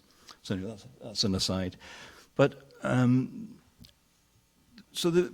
partly because of the challenges, I guess, of covering motorsport was one of the reasons why between the 1950s and 1970s there really wasn't much Formula One racing on television. There was a bit of film coverage. The BBC did show quite a bit.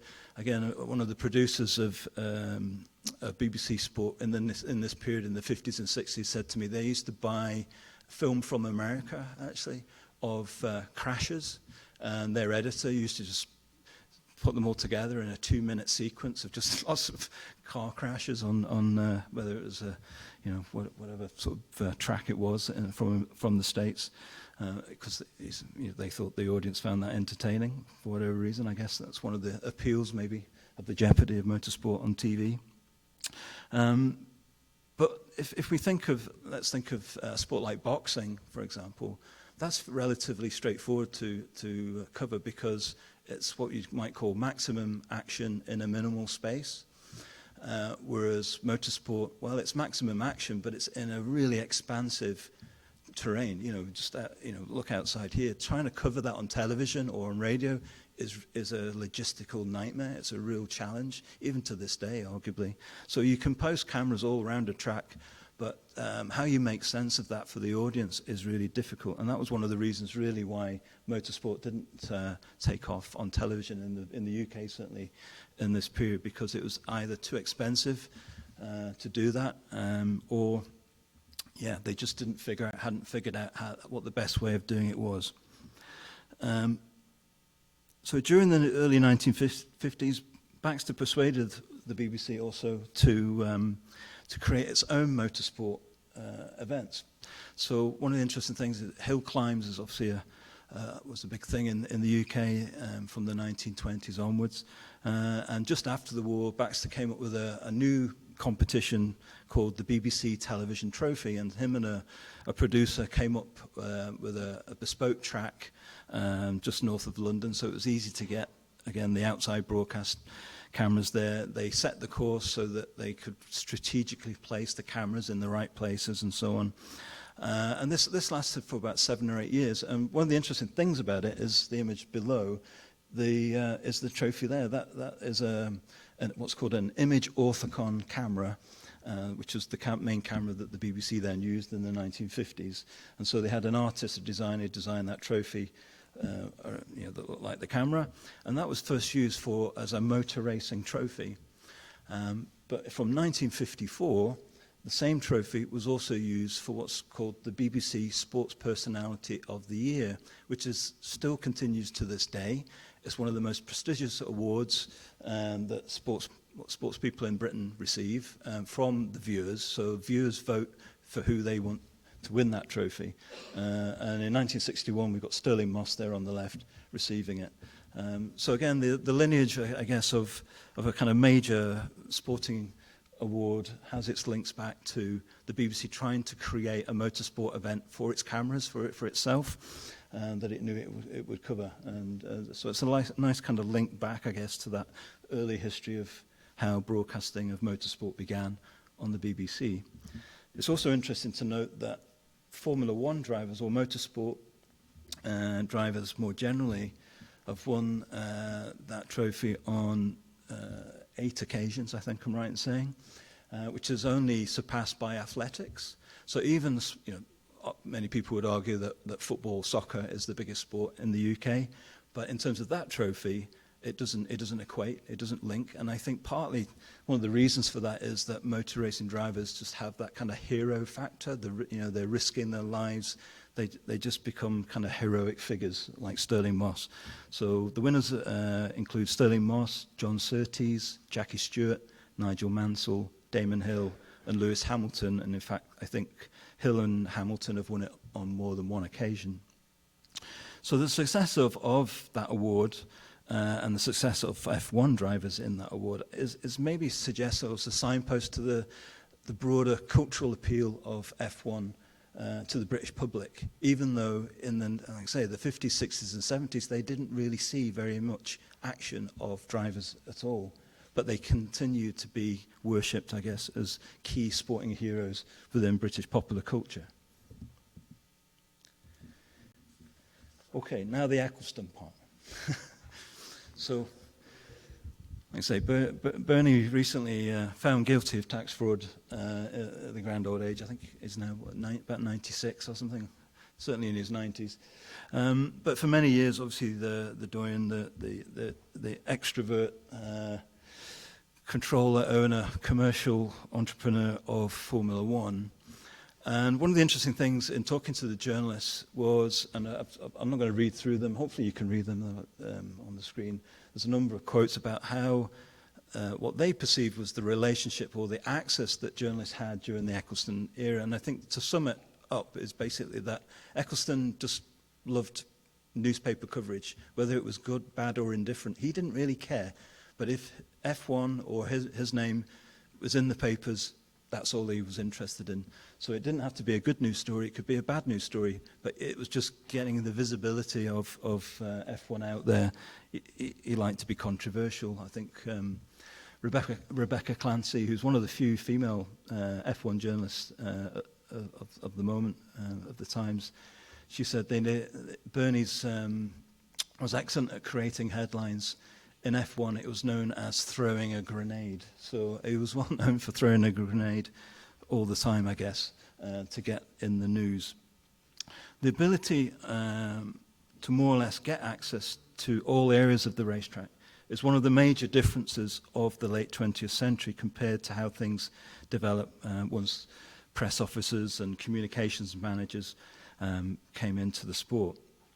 Again, to quote Maurice Hamilton, he said, "It was very open, and you were on good terms with everybody. You could chat away as they walked along the pit lane. You could talk any time you liked." Similarly with team owners, Colin Chapman less so, because he was God, and I was terrified of him. But people like Ted Mayer at McLaren, Ken Tyrrell, for example, you could go and chat to Ken any time about any topic on anything. And Hamilton also talked about a time where journalists would turn up at a driver's motorhome and just huddle around a table asking questions. He mentioned James Hunt again was one of the key characters that you could just roll up and just ask him questions. And they would use those stories as the follow-ups for their Tuesday editions. So Monday was for reporting on the weekend racing, the factual aspects of what happened on the race. But Tuesday was the follow-up of the kind of different kinds of angles and stories. So he said we all had different thoughts, and so it was really quite good, he recalled. The tabloids would have their different line, and they were reporting on kind of personal angles of the drivers. I might be more interested in how the chassis setup worked or some of the technical details. So he worked to build the relationships with mechanics who would provide insights on how cars were performing and particular cars were running. And he said, now there's security, you can't get close to them.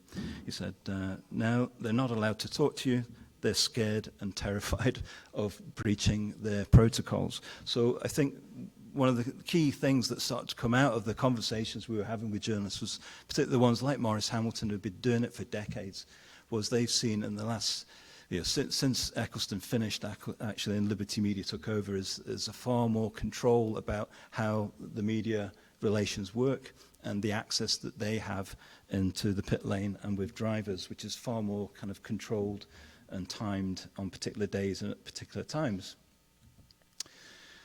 So what that's created is, of course, our kind of media hierarchy. So there's no surprise because television broadcasters pay, the lion's share of the income that F1 receive. I think Sky Sports, which is the main broadcaster of F1 in the UK, but also in Germany, Italy, and I think Spain. They are literally one of the largest commercial sponsors of F1. at the moment because of the amount of money they pay in rights.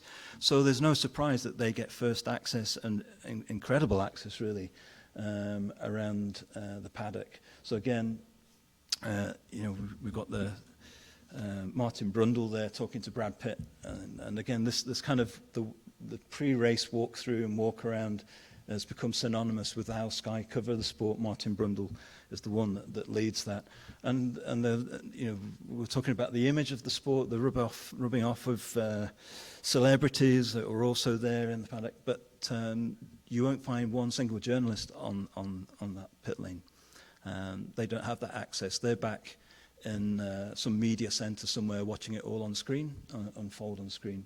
Whereas broadcasters, they're there on the ground, getting really intimate coverage, interviewing drivers if they're prepared to talk before the race.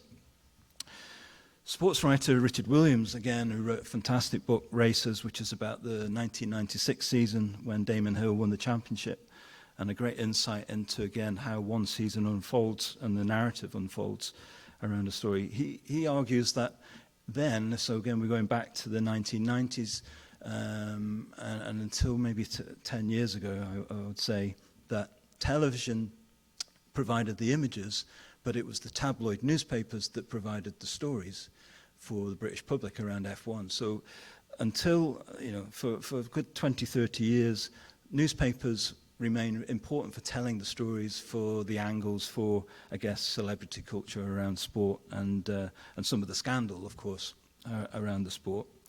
But he argues that that's now changed, that newspapers just don't have that leverage anymore. And another interviewee, Andrew Benson from the BBC, BBC Sport Online, he acknowledged that broadcasters are definitely ranked higher than the written media, and that when that where there is high demand for interviews, and drivers are selecting who to talk to, they will always go to broadcasters first. They will not choose a journalist, even an online journalist for a reputable organisation like the BBC. They will skip, overlook those, and go to the main broadcaster.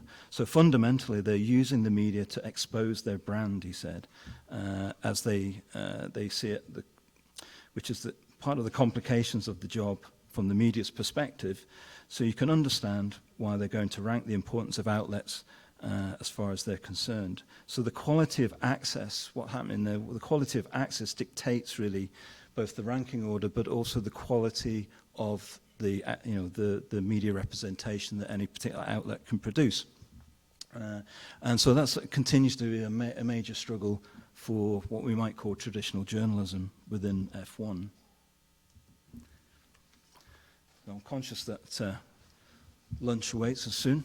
So to finish off, one of the things, again, no surprises really, as the media ecology has changed. The most significant shift in the media relations has been caused by social media.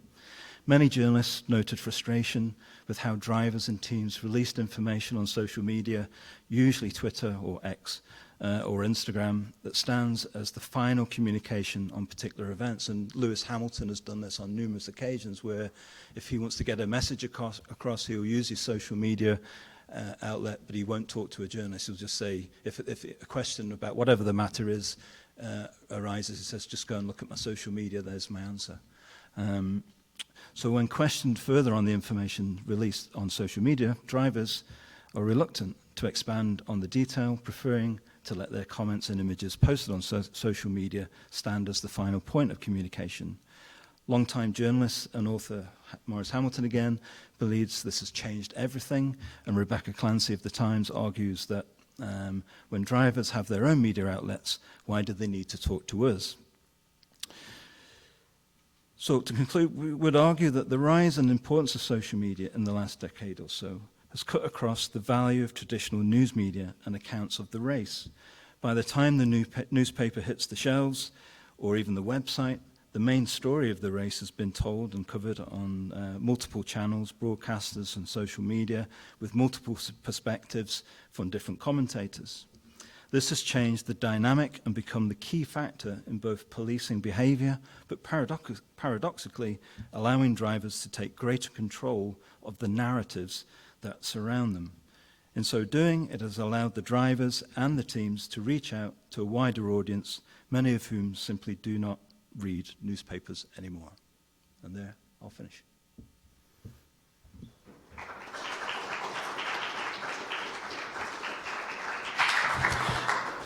Thank you, Richard. We're running a little behind at this moment, so we'll take like 1 or 2 questions, and that's pretty much all we can fit in right now. Okay. I thought it was great. I thought you started off with Mudley Walker. I love that. And the whole thing. And having been banned by Bernie, I can relate to all this. So anyway, we got 1, 2 back there. I can just yell it out. I'm a professor. What about Martin Brundle's recent sort of self-editorial boundary setting, I guess? There's been reports of him doing the Pit Road Walk and ignoring celebrities. Celebrities approach him, and he simply doesn't even acknowledge their presence, which gets a backlash on social media from people who say, well, how dare he do that?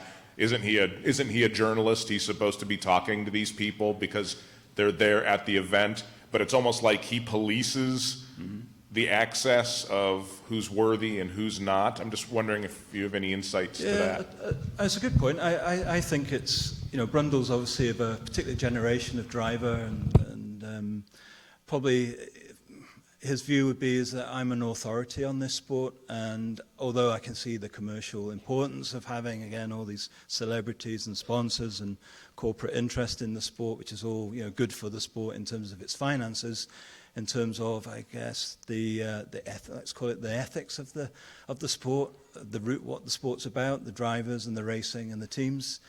Brundle probably would say, I'm defending that. That's my interest, and if Sky want to challenge me on that as my employer, it would be fair enough. But he's not going to listen to maybe the noise on social media, and I guess that is for all journalists and broadcasters. The noise in social media is loud.